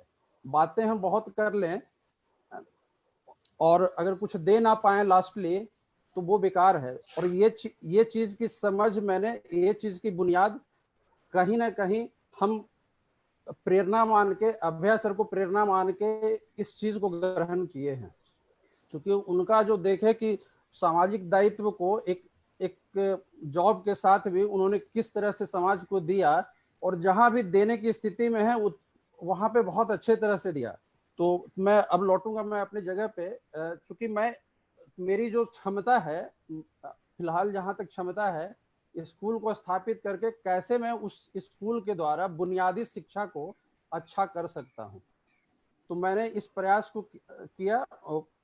पापा ने आफ्टर रिटायरमेंट उस स्कूल को स्टार्ट किया था। उस दौरान मैं जॉब में ही था, और अच्छे जगह से मुझे पढ़ने का मौका मिला, तो कुछ अच्छे संगति का असर होता है, कुछ ना कुछ कहीं ना कहीं सारे लोगों से मैंने कुछ सीखा। और उस चीज को जब मैं उस जगह को संभालने के लिए आया, जब पापा की रिक्वेस्ट आई कि अब तुम अपनी चीजों को आगे बढ़ाओ, इसको देखो यहाँ पे, तो मैंने उस स्कूल को बिजनेस के तरह नहीं लिया। बिकॉज की शिक्षा जो स्कूल खोलते हैं, कोचिंग खोलते हैं या और चीजों से जुड़ते हैं, तो तो जहाँ पे पैसे की लेन देन है उसको व्यवसाय से आप हट नहीं सकते हैं, उसको बोल नहीं सकते कि व्यवसाय नहीं है, पर व्यवसाय है, पर वहां पे मैं कैसे समाज को दे सकता हूँ। तो हम लोगों ने कोशिश किया, और एक छोटी सी चीज वहाँ, छोटी सी बात है पर ये बोलना मैं उचित समझता हूँ। जहानाबाद ऐसे छोटे जगह पे जो कॉस्ट पे शिक्षा मिल रही है, उस कॉस्ट से ऑलमोस्ट 30 to 40% बिलो कॉस्ट पे जो फैसिलिटी, जो इंफ्रा और जो शिक्षा मैंने देने की कोशिश की, मुझे अच्छा लगा, मेरी आत्मविश्वास उसमें बढ़ा और मुझे सेल्फ सेटिस्फैक्शन बहुत हुआ। क्योंकि अगर आप बच्चों को जिस शिक्षा को ग्रहण करने के लिए उसके गार्जियन, उसके फैमिली, उसके परिवार, उसके माता पिता इतना अपनी क्षमता से ज्यादा एफोर्ड करके अपने बच्चों को अच्छा करने की कोशिश करते हैं, तो वहां पे हमारी रिस्पॉन्सिबिलिटी और बढ़ जाती है। बीइंग ए इंस्टीट्यूशन हेड और बीइंग ए प्रमोटर, हमारी रिस्पॉन्सिबिलिटी वहां पे बढ़ जाती है। ये समझने की जरूरत होती है कि क्या ये व्यवसाय का रूप ही रहने दिया जाए या इससे समाज को कुछ दिया जाए। तो मैंने कुछ चीजें 2018 मार्च अप्रैल से मैं वहां पे पापा को सहयोग करने लगा और धीरे धीरे चीजों को मैं अपने हिसाब से करने की कोशिश करने लगा। तो सबसे बड़ी जो मुझे परेशानी वहां पे आई वो एजुकेटर्स की कमी है, शिक्षक की कमी है। जहानाबाद ऐसे जगह पे मैंने काफी एक्सप्लोर करने का कोशिश किया कि अच्छे फैकल्टी को लाकर मैं अपने बच्चों को अच्छे तरह से शिक्षा देने का कोशिश करूं। तो मेरी एक फाइंडिंग रही कि शिक्षकों की कमी है, और आज के डेट में समाज में शिक्षक जो मोटे तौर पे मिलते हैं, और भी स्कूल है जब वहां के परिप्रेक्ष्य में ही सारी बातें मैं कर रहा हूं, क्योंकि मैं जहां पे समाज को कुछ दे सकता हूं उसी स्थिति से मैं वाकिफ करवा रहा हूं लोगों को। तो वहां की जब स्थिति मैंने देखा तो मुझे ऐसा अनुभव हुआ कि शिक्षक भी अपनी चीजों को सही तौर पे नहीं ले रहे हैं। शिक्षा की क्या दायित्व होती है, शिक्षा की क्या कमिटमेंट होती है, वो चीजों को पूरी नहीं कर पा रहे हैं। अब इसके लिए सिर्फ शिक्षक को दोष नहीं दूंगा, इसके लिए एक मैनेजमेंट भी पार्ट होता है। बिकॉज कि अब शिक्षक को जितने फैसिलिटेट करेंगे, शिक्षक को जितने आत्मविश्वास आप बढ़ाने का काम करेंगे, शिक्षक की जितनी सेल्फ डिपेंडेंसी को आप कम, उनकी पारिवारिक जो दिक्कतें हैं उसको मेट करने के लिए वो शिक्षक बनते हैं या कुछ अर्न करते हैं, तो उस तरफ बहुत सारी बातें हैं इसमें। तो मिला जुला के सारी चीजों को देखते हुए मैंने बेहतर करने की जो कोशिश प्रयास किया, और उसका रिजल्ट मैं देख रहा हूं कि मिलता है। क्योंकि छोटे बच्चे क्या हैं, हम लोग बीइंग ए शिक्षक, अगर शिक्षा अगर पढ़ाने के उद्देश्य से हम आए हैं, समाज को कुछ देने से के उद्देश्य से आए हैं, तो बीइंग ए टीचर हम लोग एक तरह से शेपर का काम करते हैं। बुनियादी शिक्षा जो छोटे बच्चों में जो शुरुआत होती है, छोटे बच्चे ही स्कूल में आते हैं, तो वहां पे हम शेपर का काम करते हैं। और बच्चे क्या है, एक मिट्टी का रूप होता है, उसको आप जैसे शेप करेंगे वैसा आकार लेगा वो। तो हमने कोशिश की, और वो चूंकि छोटा सा जगह है, वहां पे वातावरण का भी एक प्रभाव है, भाषा, और चूंकि सो कॉल्ड आज के डेट में इंग्लिश मीडियम स्कूल ही हैं, कहने को इंग्लिश मीडियम स्कूल हैं, बट चूंकि आपके पास शिक्षक नहीं है, और शिक्षक आप ले भी आएंगे, चूंकि बहुत लोग लाते भी हैं, साउथ से लाते हैं, कहीं से लाते हैं, पर जो क्राउड है, जो बच्चे हैं, उनकी समझ को अगर आप विकसित नहीं करेंगे तो वो शिक्षा का कोई मतलब नहीं रह जाता है। तो मैंने ये चीज को भी वहां पे फाइंड किया, और मेरी जो ऑब्जर्वेशन रही शुरू के 6 महीने 8 महीने, उसके बाद नेक्स्ट सेशन में हमने अपने हिसाब से चीजों को बढ़ाने का कोशिश किया। और ये कोविड की इस विषम परिस्थिति में मुझे शुरू में तो पूरा समाज इससे बेचैन है, इकोनॉमिक फ्रंट पे बहुत दिक्कतें आ रही हैं, बट एक अपॉर्चुनिटी के तौर पे भी इसको मैंने लिया इस तरह से कि इसमें बच्चों का टाइम का बहुत सेविंग हुआ, और ऑनलाइन क्लास जो सेकंड माध्यम बना शिक्षा को कैसे दे सकते हैं अल्टरनेट करके। तो आज के डेट में जो ऑनलाइन क्लासेस हम लोग चलाते हैं, उसके थ्रू हमने इसको एक अपॉर्चुनिटी के तौर पे लिया। अपॉर्चुनिटी कैसे लिया, कुछ जो समाज से जिनको मिला हुआ है, या कुछ साथीगण हैं मेरे, जैसे पंकज जी हैं, उनके भी कुछ छात्र थे, और सभी लोगों ने बहुत अच्छे तरह से मुझे सहयोग दिया। क्योंकि सभी लोगों ने जाना कि हाँ मैं भी इस चीज को करना चाहता हूँ। तो अपनी एक जिले के लेवल के स्कूल में, तो मेरा कहना है कि आप में अगर सोच है, आप में एक कमिटमेंट है, आप में एक पैशन है, तो आप समाज को दे सकते हैं जिस रूप में देना चाहते हैं। तो मैंने क्या किया, चूंकि मैं जिस चीज को प्राप्त करने के लिए अपने फैमिली के लिए, अपने बच्चे के लिए काफी हैंडसम अमाउंट पे करता हूं, तो मेरी सोच वहां पे गई। चूंकि 9th और 10th के बच्चों के लिए मेरी सोच वहां पे गई जो शायद कोई स्कूल नहीं सोच पाता है। बिकॉज कि हर एक स्कूल जो चीज भी प्राप्त करना चाहता है और जो चीज भी बच्चों को देना चाहता है वो थ्रू अपनी फैकल्टी ही देना चाहता है। पर बियॉन्ड फैकल्टी हमने एक अपॉर्चुनिटी को एक्सप्लोर किया, और कोविड के टाइम में मुझे करने का मौका मिला। उसमें कुछ IITian बच्चे हैं जो अभी IITs में वो पढ़ा रहे हैं। तो मैंने कोशिश किया कि उन बच्चों से जब बात किया और बच्चे बहुत हटली तैयार हो गए, और मैंने फिजिक्स, केमिस्ट्री और मैथ्स की, बेसिकली फिजिक्स और मैथ्स की क्लासेस ज्यादा अरेंज कर पाया। और मैंने उसमें इसलिए किया कि चूंकि मेरा बच्चा, जैसे फिटजी में मैंने डाला हुआ है बच्चे को एक दूसरे लेवल का, एक आज के हिसाब से, एजुकेशन के हिसाब से, बिकॉज की एक उसकी इच्छा है या हमारी इच्छा होती है कि मेरा बच्चा इंजीनियर बने, डॉक्टर बने, एक अच्छे जगह पे जाए, सेल्फ डिपेंडेंट बने। तो उस तरह से मैंने सोचा कि वहां की बच्चों को क्या गलती है, वहां के उनकी अगर क्षमता नहीं है, उनके पास अगर साधन नहीं है, तो अगर उस जगह पर रह के इस सोच के द्वारा मैं उनको कुछ दे सकूं तो क्या इसमें क्या बुराई है। तो फैकल्टी बहुत अच्छा काम कर रहे थे, मैंने 2-3 बच्चों को एक्सप्लोर करके उनसे क्लास अरेंज किया और ये करने की कोशिश की और उनसे क्लासेस करवाया। और उसमें कोई लिमिटेशन नहीं रखा कि मेरे स्कूल के ही बच्चे सिर्फ करेंगे।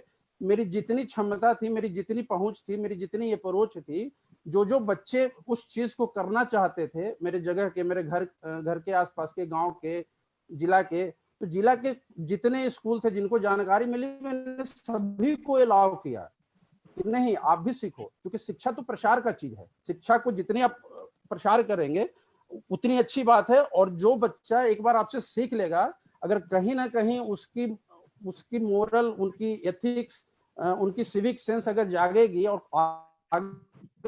कुछ देंगे, तो वो उसके बैकग्राउंड में कहीं ना कहीं आपका नाम आएगा, आपका काम कहीं ना कहीं उनको प्रेरित कर रहा है इस चीज को देने के लिए, बिकॉज कि वो आपसे सीखे हैं कि सर ने भी क्या दिया। इस तरह से मैं छोटे सी जगह पे कुछ करने का प्रयास कर रहा हूँ, लगातार कर रहा हूँ, और समाज को देने की कोशिश कर रहा हूँ।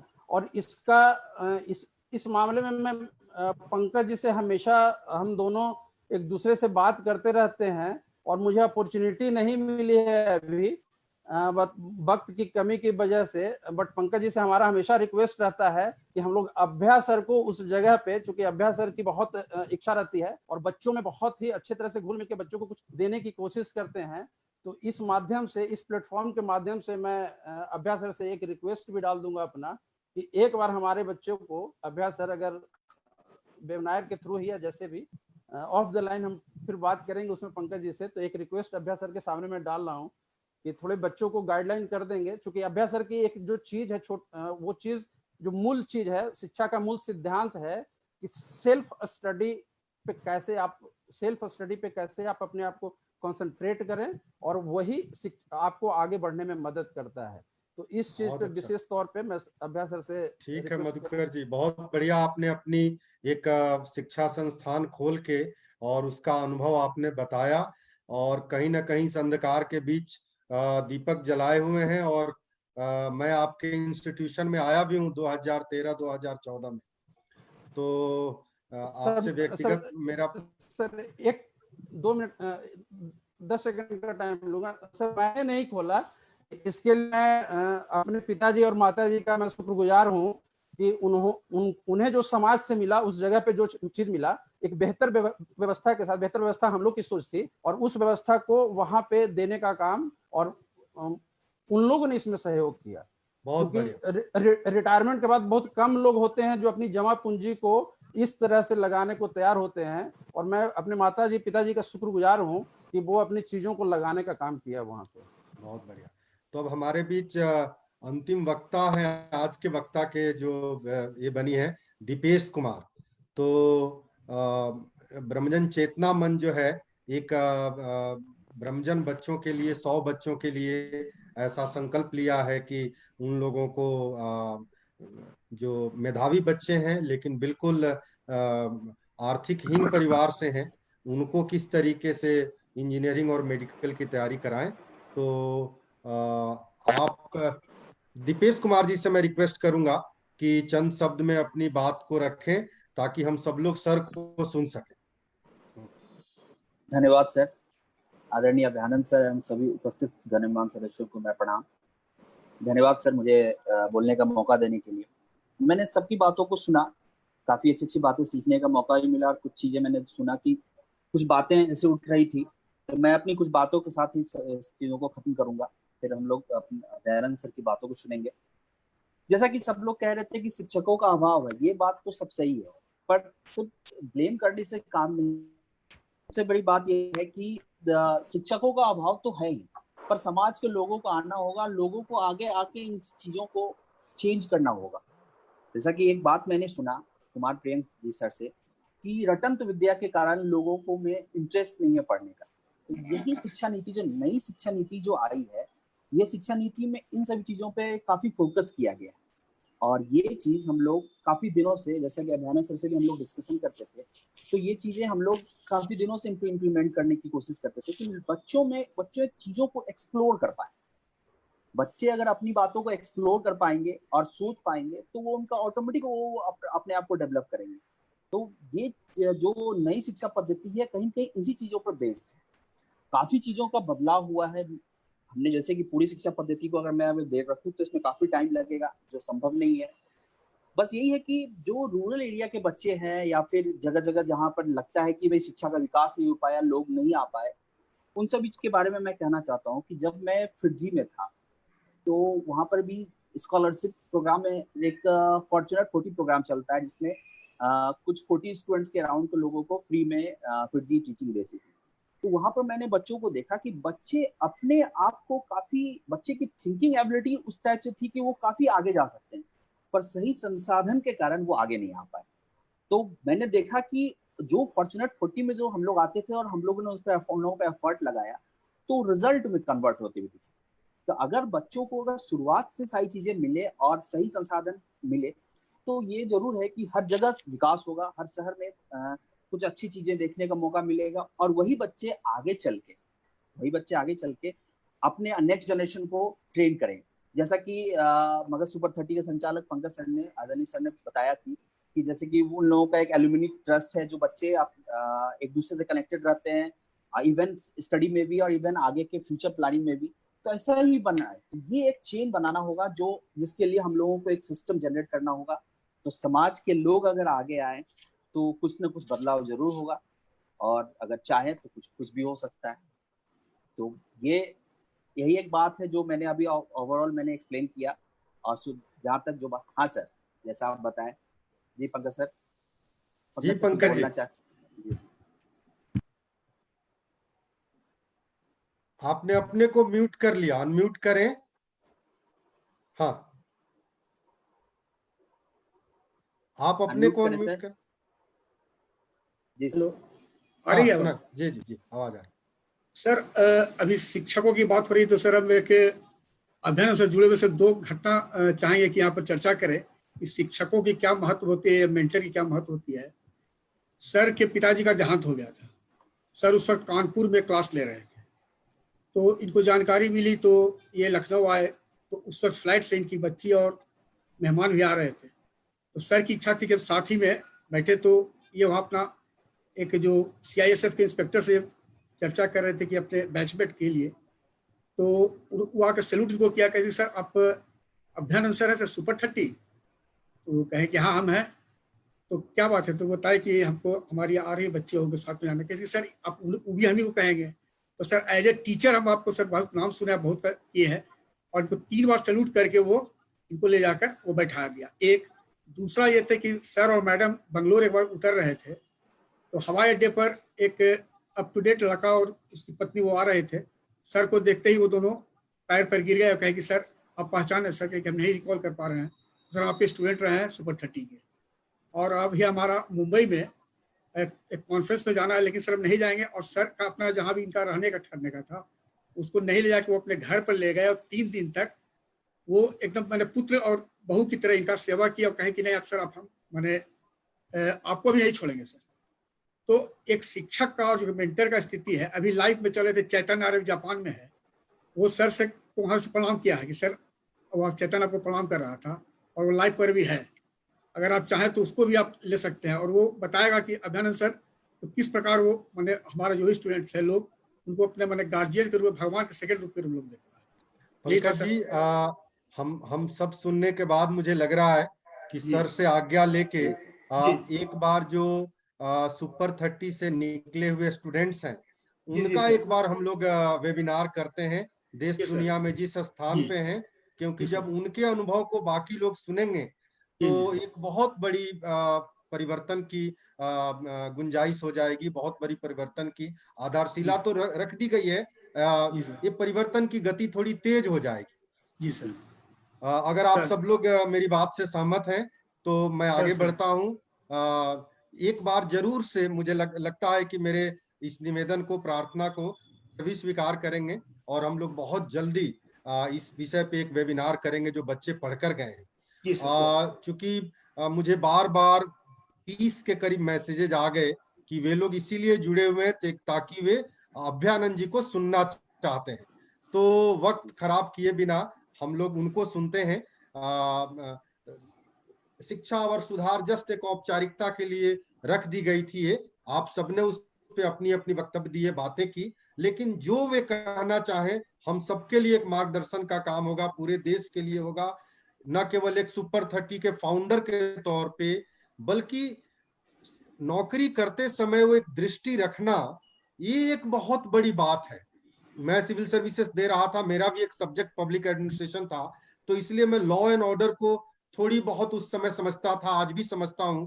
तो मुझे बार बार आश्चर्य होता है कि एक व्यक्ति जो जॉब के समय में सुपर 30 की स्थापना करते हैं, शिक्षा को लेके एक दृष्टिकोण है, जॉब में रहते हुए एक साइंटिफिक टेम्परामेंट से लॉ एंड ऑर्डर को किस तरीके से डील किया जाए, किस तरीके से जो कल्प्रिट है वो गवाह नहीं होने के बावजूद भी बचे नहीं, कैसे उनको कानूनी तौर पे सजा में, मैं कुछ कुछ बातें कह रहा हूं जो जितना मुझे समझ है। शंकरसन ठाकुर जो मीडिया के हैं और जिन्होंने ब्रदर्स बिहारी करके लालू जी और नीतीश जी के ऊपर बुक लिखी है, उस बुक में उन 2 व्यक्ति के अलावा अगर एक तीसरे व्यक्ति की सूझबूझ और बिहार के डीजी बनने के बाद जो बिहार के कानून व्यवस्था को पटरी पे लाने का एक इंडिपेंडेंट जर्नलिस्ट ने जो श्रेय दिया है और जिस तरीके से पूरी की पूरी उदाहरण स्वरूप उन्होंने दिया है कि किस तरीके से आपने मैनेज किया, तो अभ्यानंद जी के बारे में बहुत कुछ उस पुस्तक में लिखा हुआ है। आप लोगों को भी कभी समय मिलेगा तो पढ़िएगा। मैं इस पुस्तक को 2014 या 2015 में मुझे याद है मैंने पढ़ा था। उसके अलावा कृषि के बारे में मैं आपको बताऊं कि मैं पटना में अभी 2-3 बार जब भी मिलने का मौका मिला और मुझे लगता था कि मैं एक कृषक का पुत्र भी हूं और शून्य बजट नैसर्गिक खेती को लेके काफी सक्रिय रहता हूं, लेकिन जब कृषि, कृषक, प्रदेश और स्वास्थ्य को लेके जो आपकी मैंने दृष्टिकोण सुनी तो मुझे लगा कि नहीं, अभी एक जस्ट ट्रेनर होना आवश्यक नहीं है, उस पूरे विषय का इस तरह से व्यवहारिक ज्ञान होना आवश्यक है। और हम सर के साथ एक बार जाने वाले भी थे बेगूसराय में कुछ किसानों से मिलने के लिए, किसानों के सम्मेलन में, लेकिन दुर्भाग्यवश मेरा स्वास्थ्य उस समय ठीक नहीं था और मुझे आपके घर से लौटना पड़ा। तो इस तरह की कई ऐसी बातें हैं जो बताया जाए तो सौभाग्य की बात है, जैसा मैंने शुरू में भी कहा कि सिद्धांत से कुछ नहीं होता, प्रिंसिपल से कुछ नहीं होता, पर्सनालिटी से परिवर्तन आते हैं और पर्सनालिटी को प्रभावित करता है। तो एक पर्सनालिटी, एक शिक्षक, एक प्रशासक, एक रिफॉर्मर के तौर पे आज अभ्यानंद जी हम लोगों के साथ हैं। और जैसे जैसे मैं बोल रहा हूं, मैं अपने मोबाइल पे देख रहा हूं कि लोगों के मैसेजेस बढ़ रहे हैं कि मैं अपनी बात कम करूं ताकि हम लोग उनको सुन सकें। तो आप, हम सबके तरफ से आपको निवेदन है कि कृपया आप हम लोगों का मार्गदर्शन करें, बताएं, आदेश दें कि आपने जो एक पृष्ठभूमि तैयार की है उसको आगे हम लोग कैसे बढ़ाएं। नमस्कार सर। संजय जी प्रणाम। सभी वक्ताओं को मैं शब्द बाई शब्द सुना है। कुछ वक्ताओं से मेरा पूर्व का परिचय है, इसलिए मैं उनकी सोच को भी समझता हूँ। लेकिन आप लोगों ने बहुत सारी बातें बताई, कुछ लोगों ने अपने व्यक्तिगत अनुभव को भी साझा किया हम लोगों के बीच में। कई तरह के बिंदु उठ करके आए हैं और शिक्षा नीति आयाम कई होते हैं इसके, तो एक छोटे से सेमिनार में, वेबिनार में इसको पूरा डिस्कस नहीं किया जा सकता है। लेकिन कुछ जो बातें सबों ने उठाई हैं उनमें से सर्वप्रथम है शिक्षकों की कमी के बारे में। यह बिल्कुल यथार्थ है, शिक्षक हैं नहीं, और अगर हैं भी तो उनकी गुणवत्ता बहुत अच्छी नहीं है। इसलिए नहीं कि वो शिक्षक नीति में ट्रेंड नहीं है, मुझे ऐसा लगता है कि जो प्योर नॉलेज बेस है उसमें ही थोड़ी कमी है। इसका उत्तर एक जो आया भी है इस वेबिनार में, जैसे मगध सुपर 30 कर रहे हैं, अपने सीनियर्स को ही बुला करके जूनियर्स को पढ़वा रहे हैं और वो लोग कर भी रहे हैं इस काम को। ये एक सोल्यूशन है। दूसरा एक सोल्यूशन है जो कि बहुत अर्ली एज से, व्हेन आई से अर्ली आई मीन क्लास 1-2, वहाँ से आगे इसको कराया जा सकता है। और एक वाक्य में अगर कहूँ तो संभवतः जो एक शिक्षक ओमनी प्रेजेंट है और उससे बड़ा कोई शिक्षक नहीं है, वो है प्रकृति। आपके चारों तरफ है, अगर आप में क्षमता है उसको देख के समझने की, तो there is nobody can be a bigger genius than you. In fact जब इस विषय पर मैं सोच रहा था, और इस विषय पर मैं बहुत दिनों से नहीं सोच रहा हूँ, संभवतः पिछले 1-1.5 सालों में ही ये कॉन्सेप्ट डेवलप करना शुरू किया है।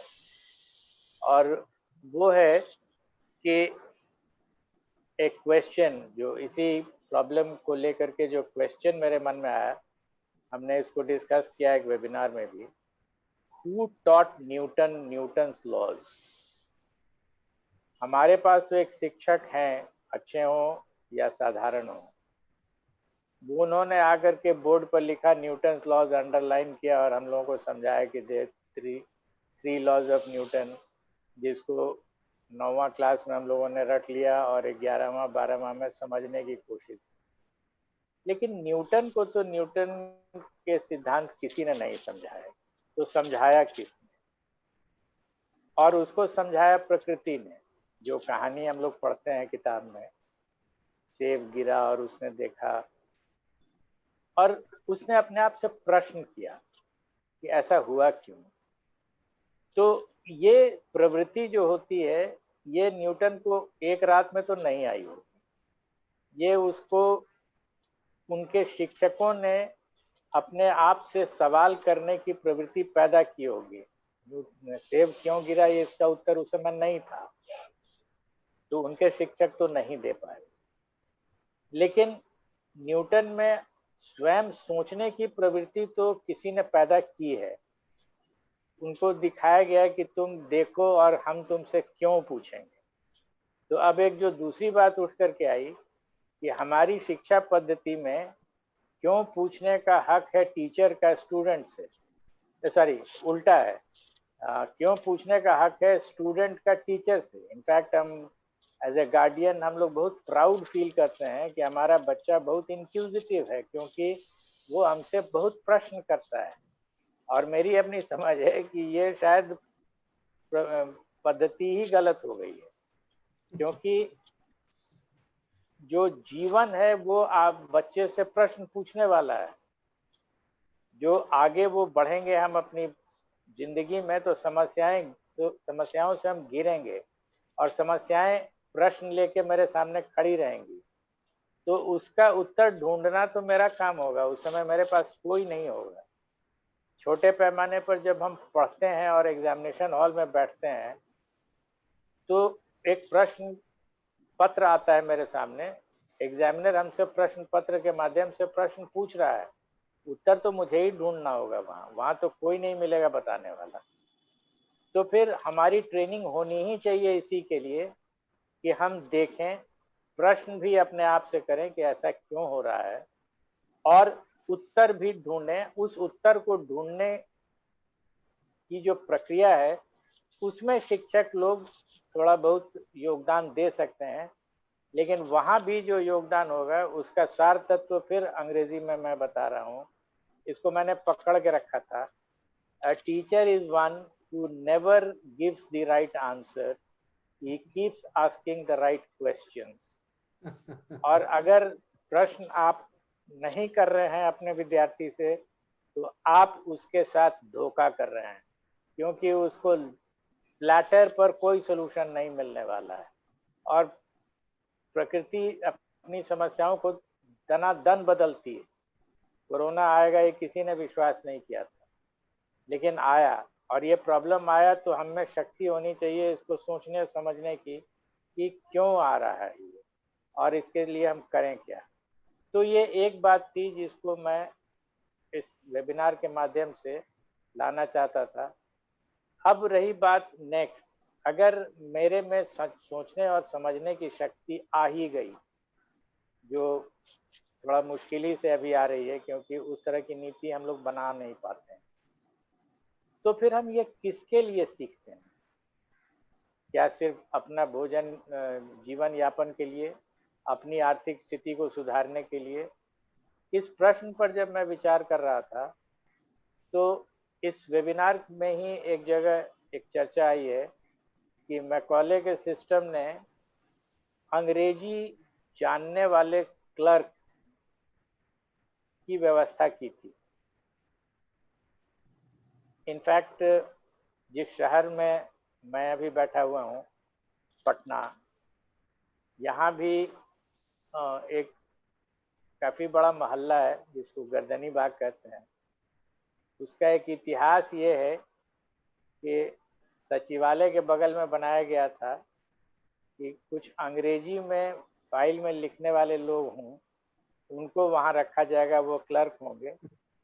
और वो एक अमुक प्रदेश से, जिस समय बिहार भी शायद उसी प्रदेश का अंग था, तो उनको लाया गया था यहाँ अंग्रेजी में फाइल पर नोट लिखने के लिए।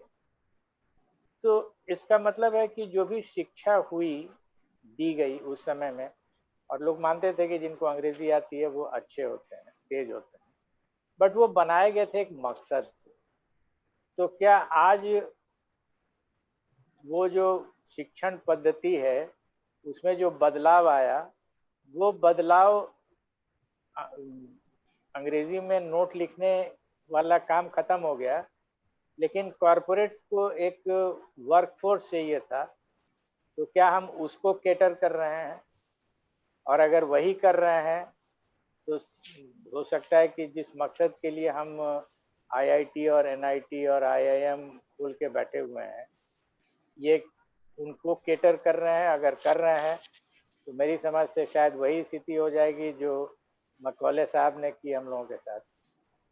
मुझे ऐसा लगता है, may be it's too early for me, और मैंने भी बहुत लंबे समय तक इसको समझा नहीं है, एफिमेरल थॉट से कुछ, बट शायद ये मीनिंग है कि आप अगर एक वर्कफोर्स क्रिएट कर रहे हैं फॉर इंटरनेशनल कॉरपोरेट्स, तो then it is a matter to be thoroughly examined again, because international corporates का इंटरेस्ट किसी भी तरीके से नेशनल इंटरेस्ट के साथ, किसी एक पर्टिकुलर नेशन के इंटरेस्ट के साथ कोइंसाइड कर जाए, ये मुझे लगता है कि होता हुआ दिखता नहीं है, क्योंकि उसमें मल्टीप्लिसिटी ऑफ नेशंस का इंटरेस्ट होता है, और कौन नेशन कहाँ कौन इंटरेस्ट कहाँ ओवरराइड कर जाएगा, तो it doesn't necessarily cater to the national interest of this particular nation. These are the two issues जो मुझे लगा कि आपके वेबिनार में मैं इसको लेआउट करूं। बहुत विचारणीय है, और मौलिक रूप से तो मुझे ऐसा लगता है कि बहुत अर्ली स्टेज से हम लोगों को इंटरवीन करने की ज़रूरत है। हमने सुपर 30 को लाया 10th के बाद, और मुझे ऐसा लगा था कि जेस्टेशन पीरियड कम रहेगा तो इसकी टेंजिबिलिटी होगी, दिखाई पड़ेगा रिजल्ट। बट अब लगता है कि जो कमियां थी वो दिखती हैं, बहुत क्लियरली दिखती हैं। इसलिए क्लास 1-2 के लेवल पे मैंने वहाँ भी प्रयोग करके देखा है, बट सिस्टम को चलाने की कोशिश मैंने नहीं की है, बेसिकली बिकॉज मैं उस क्षेत्र में था नहीं। दुर्भाग्य ये है कि maybe I should be saying this now, अब थोड़ा जो सरकार के इर्द गिर्द में रहने का मौका मिला है, एजुकेशन प्रायोरिटी लगता ही नहीं। आपने शुरू में कहा कंकरेंट लिस्ट है, तो कंकरेंट लिस्ट होने के कारण वो किसी लिस्ट में नहीं रह जाता है। इसको समाज को ही फाइनली देखना पड़ेगा। प्रॉब्लम समाज का है। I started off with this concept, समाज का है, एंड देयरफॉर समाज को ही आगे आना पड़ेगा। नीतियाँ अपनी जगह पर हैं, क्योंकि इट्स लाइक सेइंग कि हमको अगर भूख लगी हुई है तो हमको भोजन चाहिए, तो भोजन सरकार तो देगी नहीं, स्वयं करना पड़ेगा। मेंटल फूड है education, and we need it very much.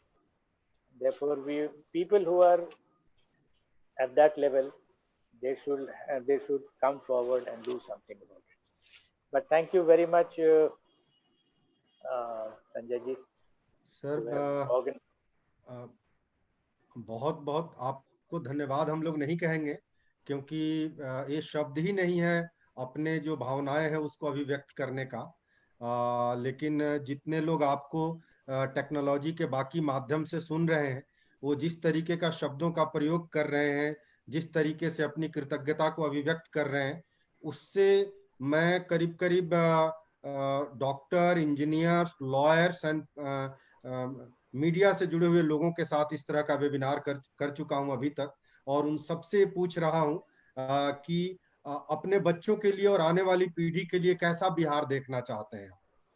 लेकिन मुझे लगता है कि जितने लोगों से मैंने बात की उसमें सबसे सार्थक बहस आज हुई, क्योंकि जैसा कि आपने शुरू में ही फाउंडेशन रख दिया था इस वेबिनार का कि शिक्षा और स्वास्थ्य ये समाज का उत्तरदायित्व है। मैंने उसमें एक और जोड़ दिया, शिक्षा, स्वास्थ्य और सुरक्षा तीनों समाज का उत्तरदायित्व है, क्योंकि जो समाज शिक्षित और स्वस्थ रहता है, स्वस्थ मतलब शारीरिक नहीं, नैतिक तरीके से भी स्वस्थ रहे, तो वहां सुरक्षा की संकट मेरे समझ से कम आती है। आप चूंकि उसके भी ज्ञाता है, तो मैं आपके सामने सुरक्षा के मुद्दों पे नहीं कुछ बोलना चाहता। लेकिन एक बहुत ही सार्थक बात हुई जिस तरह की टिप्पणी लोगों की आ रही है, और हम सब लोग चाहे जहां भी रहें, कहीं ना कहीं टेक्नोलॉजी एक एक्सेस दिया है कि कहीं से जुड़कर हम अपनी बातों को रख सकते हैं, एक जन जागरण पैदा कर सकते हैं जो बिहार में जिसकी आवश्यकता है। सर, मैं आपसे व्यक्तिगत तरीके से भी कई चीजों पे बात किया हूं, और मुझे लग रहा था कि आज आप इस पे भी टिप्पणी करेंगे कि क्या ये बात सत्य है कि महात्मा बुद्ध के बाद कोई ऐसा एक व्यक्ति इस बिहार में नहीं आया जो यहाँ के एथिक्स का जो प्रॉब्लम है बिहार का, या जो नैतिकता का जो समस्या है, उसको ठीक कर सके। लेकिन जिस तरह से लोगों की टिप्पणी आ रही है, बाकी लोगों ने अपना अनुभव सुनाया, और मेरा स्वयं का आपके साथ व्यक्तिगत अनुभव है कि आपके जैसा एक व्यक्तित्व हम लोगों के बीच में है। आज आपको अपनी बातों के साथ ये भी बताना चाहिए हम सब लोगों को कि आगे और क्या किया जा सकता है, ताकि विचारों से ही एक व्यवहार में चीजें तब्दील होती है, परिवर्तित होती है। तो सर, अगर आपके पास समय हो तो 2-3 मिनट इस पे भी प्रकाश डालें, और उसके बाद अगला क्या कार्यक्रम हो उस पे विचार करके फिर हम इस सभा को समाप्त करते हैं। संजय जी, 2-3 वाक्य में तो नहीं बताया जा सकता है, लेकिन जो भी हम बात करेंगे उसका मूल तत्व ये होगा कि सरकार पर जो हम 100% आश्रित हो जाते हैं शिक्षा और स्वास्थ्य के मामले में, ये सोच ही हम लोगों को, I use a very strong word, तिरस्कार के रूप में हटा देना चाहिए दिमाग से। ये उनके कार्य क्षेत्र के बाहर की चीज हो जाती है। और मैं बताता हूँ आपको एक वाक्य में कि क्यों ये बाहर है। 125 करोड़ लोग हैं और वो 125 करोड़ इंडिविजुअल्स हैं जिनके सबकी अपने स्वास्थ्य का एक स्टेटस है, उनके मेंटल हेल्थ और फिजिकल हेल्थ का स्टेटस है। Each one is an individual in himself. No government can ever tackle the problems of 125 crore people individually. It's like saying कि 125 करोड़ लोगों को का यूनिफॉर्म सिलाना है, इसलिए किसी का 5 नंबर बना दो, कुछ लोगों का कुछ लोगों का 6 नंबर बना दो, नहीं बनता है। Each individual is an individual by himself. उसकी पिक्यूलियरिटी है, किसके पास टाइम और फुर्सत है कि उसकी पिक्यूलियरिटी को पिकअप करे।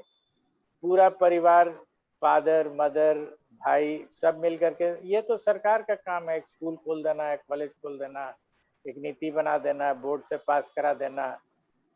बट फादर और मदर के पास अगर टाइम नहीं है ये जानने के लिए कि बच्चे में क्या चीज है, खेलने की प्रवृत्ति है, गाना गाने की प्रवृत्ति है और व्हाटएवर, तो फिर सरकार के पास कितना फुर्सत है।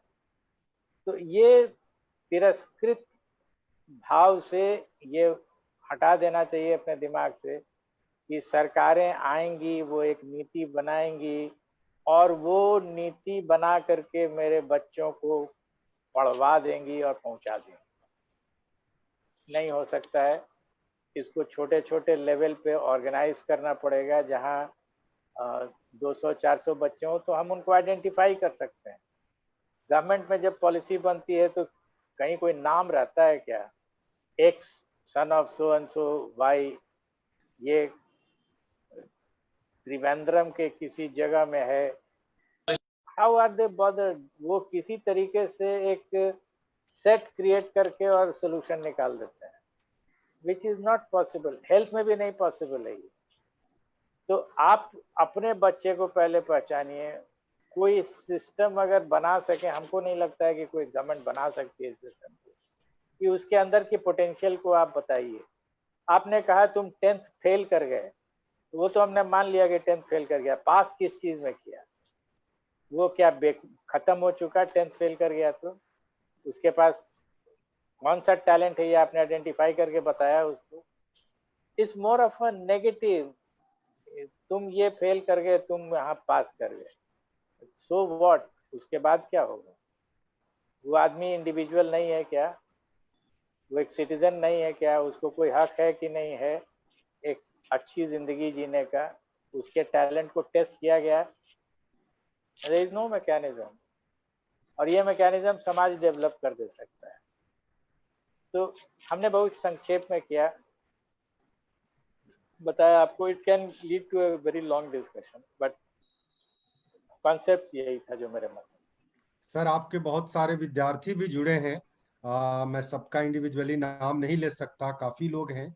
और ये आप लोगों से निवेदन रहेगी कि एक बार आपके पढ़ाए हुए विद्यार्थियों के साथ भी एक वेबिनार किया जाए, क्योंकि व्यक्ति का व्यक्ति के ऊपर असर पड़ता है। तो शायद हम लोग जो काम सालों में नहीं कर पाएंगे, इन बच्चों के व्यक्तित्व से और आपके व्यक्तित्व का जो असर इनके ऊपर पड़ा, और ये जो एक संस्कार इन लोगों ने दिया है और दे रहे हैं, शायद हम बहुत कुछ कर सकते हैं। पंकज जी, आपको बहुत बहुत धन्यवाद। आपने बहुत कम समय में इस वेबिनार का आयोजन किया। लेकिन वेबिनार को छोड़ने से पहले एक बात पुनः सर से मैं पूछूंगा, या निवेदन होगी कि आप बताएं कि एक बहुत अच्छा व्यवहारिक बात पंकज जी ने बताई है अपने वक्तव्य में, कि जिस तरह से प्रत्येक जिला में जिला स्कूल है, क्या समाज के माध्यम से क्या करने की बात बाद में है कि एक विचार किया जा सकता है कि 50 बच्चों का प्रत्येक 38 जिलों में एक ग्रुप बना के समाज उनको पढ़ा सके, और आप जहां भी हैं वहां से टेक्नोलॉजी के माध्यम से और जैसे हो आप सबका मार्गदर्शन मिलते रहे।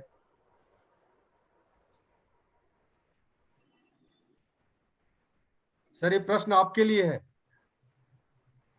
आप हमसे बात कर रहे हैं? जी जी जी। ओके।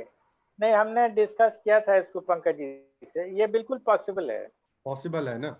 सरकार अगर चाहे तो सरकार भी कर सकती है, लेकिन सरकार का एज आई टोल्ड यू उनका पैमाना ही बहुत बड़ा होता है। इस पैमाने में इंडिविजुअल उसकी कहीं आइडेंटिटी ही लॉस्ट हो जाती है।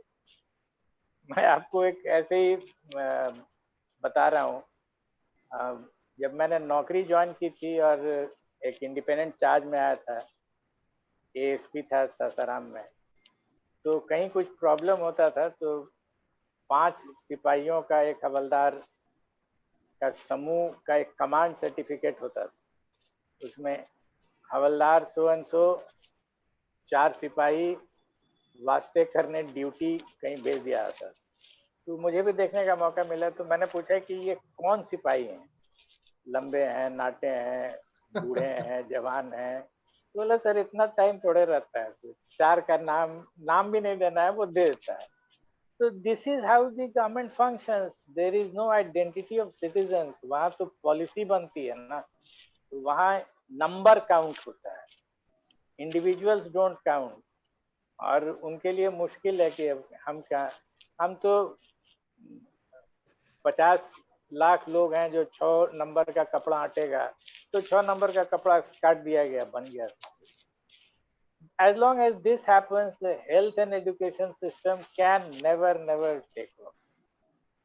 हम लोग सुपर 30 किए थे तो हम सबका नाम जानते थे, उसके एक ऑर्गेनिक केमिस्ट्री में उसको कहाँ दिक्कत है ये हम जानते थे। ये पॉलिसी गवर्नमेंट नहीं बना सकती, उसके 150 करोड़ लोगों से डील करना पड़ता है। इसीलिए हमने कहा तो ये पॉसिबल है, 30 का कीजिए, 50 का कीजिए, ये पॉसिबल है। तो पंकज जी से मैं निवेदन करूंगा कि इस पे सोचे, एक ड्राफ्ट पेपर तैयार करें, समाज के बीच रखा जाए, ये केवल बातचीत तक सीमित नहीं रहे, और सर का मार्गदर्शन लेते हुए इसको शुरू किया जाए, क्योंकि उन्होंने वे सरकार में रहे हैं, उच्चतम पदों पे रहे हैं पुलिस विभाग के एक स्टेट में, तो वे सब जानते हैं वहां की जटिलता। तो हम लोग इस पे एक ड्राफ्ट तैयार करें। सर एक दो बातें और है जो आगे अगर आप समय देंगे तो आपसे पूरा देश जानना चाहेगा। इस तरह के कुछ प्रश्न भी आए हैं और मेरे भी प्रश्न हैं कि नई शिक्षा नीति आई है, पिछले 100 साल में शिक्षित लोगों की संख्या अपने देश में भी बहुत ज्यादा है, लेकिन जिस तरीके से एक यंगेस्ट कंट्री है जो 2067 तक ये यंग कंट्री रहेगा पूरे दुनिया में, और इस पूरे देश का सबसे यंगेस्ट स्टेट जो है अपना बिहार राज्य है, लेकिन फिर भी जिस तरीके से जो डाटा बता रहे हैं, नेशनल क्राइम रिकॉर्ड ब्यूरो से भी जो डाटा आ रही है उसमें कि 800 के करीब एक्टिव छोटे बड़े मिलिटेंट ऑर्गेनाइजेशन इस देश में हैं। दूसरे नंबर पे हमारे यंग लोग जो हैं वो ड्रग ले रहे हैं, आत्महत्या करने में सबसे बड़े पहले नंबर पे 18 से 35 वर्ष के एज के लोग कर रहे हैं आत्महत्या। तमाम तरह की कई सारी बातें हैं जिस पे मुझे लगता है कि अगर आप समय देंगे तो इस पे भी एक बार आपकी गाइडेंस की जरूरत पूरे देश को रहेगी, क्योंकि कर्नाटक से, बैंगलोर से कुछ लोग जुड़े हुए हैं आपको सुनने के लिए, और वे लोग चाहते हैं कि अगर हम शिक्षित लोगों को कर रहे हैं, शिक्षा होने के बावजूद भी क्या एक समाज आदर्श बना, एक बेहतर समाज के तरफ हम बढ़ रहे हैं, क्या हमारी वो शिक्षा में कमी है या कुछ और करना है। तो मैंने एक दो लोगों को रिप्लाई भी किया है कि शिक्षा के बारे में तो मैं टिप्पणी नहीं करूंगा, लेकिन एक व्यक्तित्व के प्रभाव में जो लोग संस्कारित होकर आगे बढ़ते हैं वे, उनका स्वयं का व्यक्तित्व भी अच्छा होता है और वे अपने आसपास को भी ठीक करते हैं। तो मुझे उम्मीद है हम लोगों का रिक्वेस्ट आगे भी आप मानेंगे और हम लोग आपसे मार्गदर्शन लेते रहेंगे आगे भी। तो आज के लिए बहुत बहुत आप सब लोगों की कृतज्ञता कि आप लोग इस वेबिनार में जुड़े, और प्रत्येक जिला में वापस मैं पंकज जी से निवेदन करूंगा और उनको धन्यवाद करूंगा बार बार कि बहुत कम समय में आपने इसका आयोजन किया। एक आयोजन विद्यार्थियों का कीजिए, जो समय आप तय करेंगे उसी समय उसको किया जाएगा, यथाशीघ्र करेंगे तो अच्छा है। और हम लोग इस कार्य को जारी रखेंगे, बिहार में जन जागरण जारी रखेंगे, क्योंकि मैं जितने वर्ष का हो गया मैंने कभी नहीं देखा कि पढ़े लिखे समाज के लोग, इतने लोग एक साथ आकर अपने समाज के बारे में सजग हों और उनको एक सकारात्मक दिशा देना चाहते हूं। इसी के साथ मैं अपनी बात को रखता हूं और पुनः आप सबका बहुत बहुत कृतज्ञता कि आप सब लोग अपना समय दिए, आए और अपनी बहुमूल्य विचारों से समाज को दिशा दिए, समाज को जनजागृत किए। नमस्कार, प्रणाम।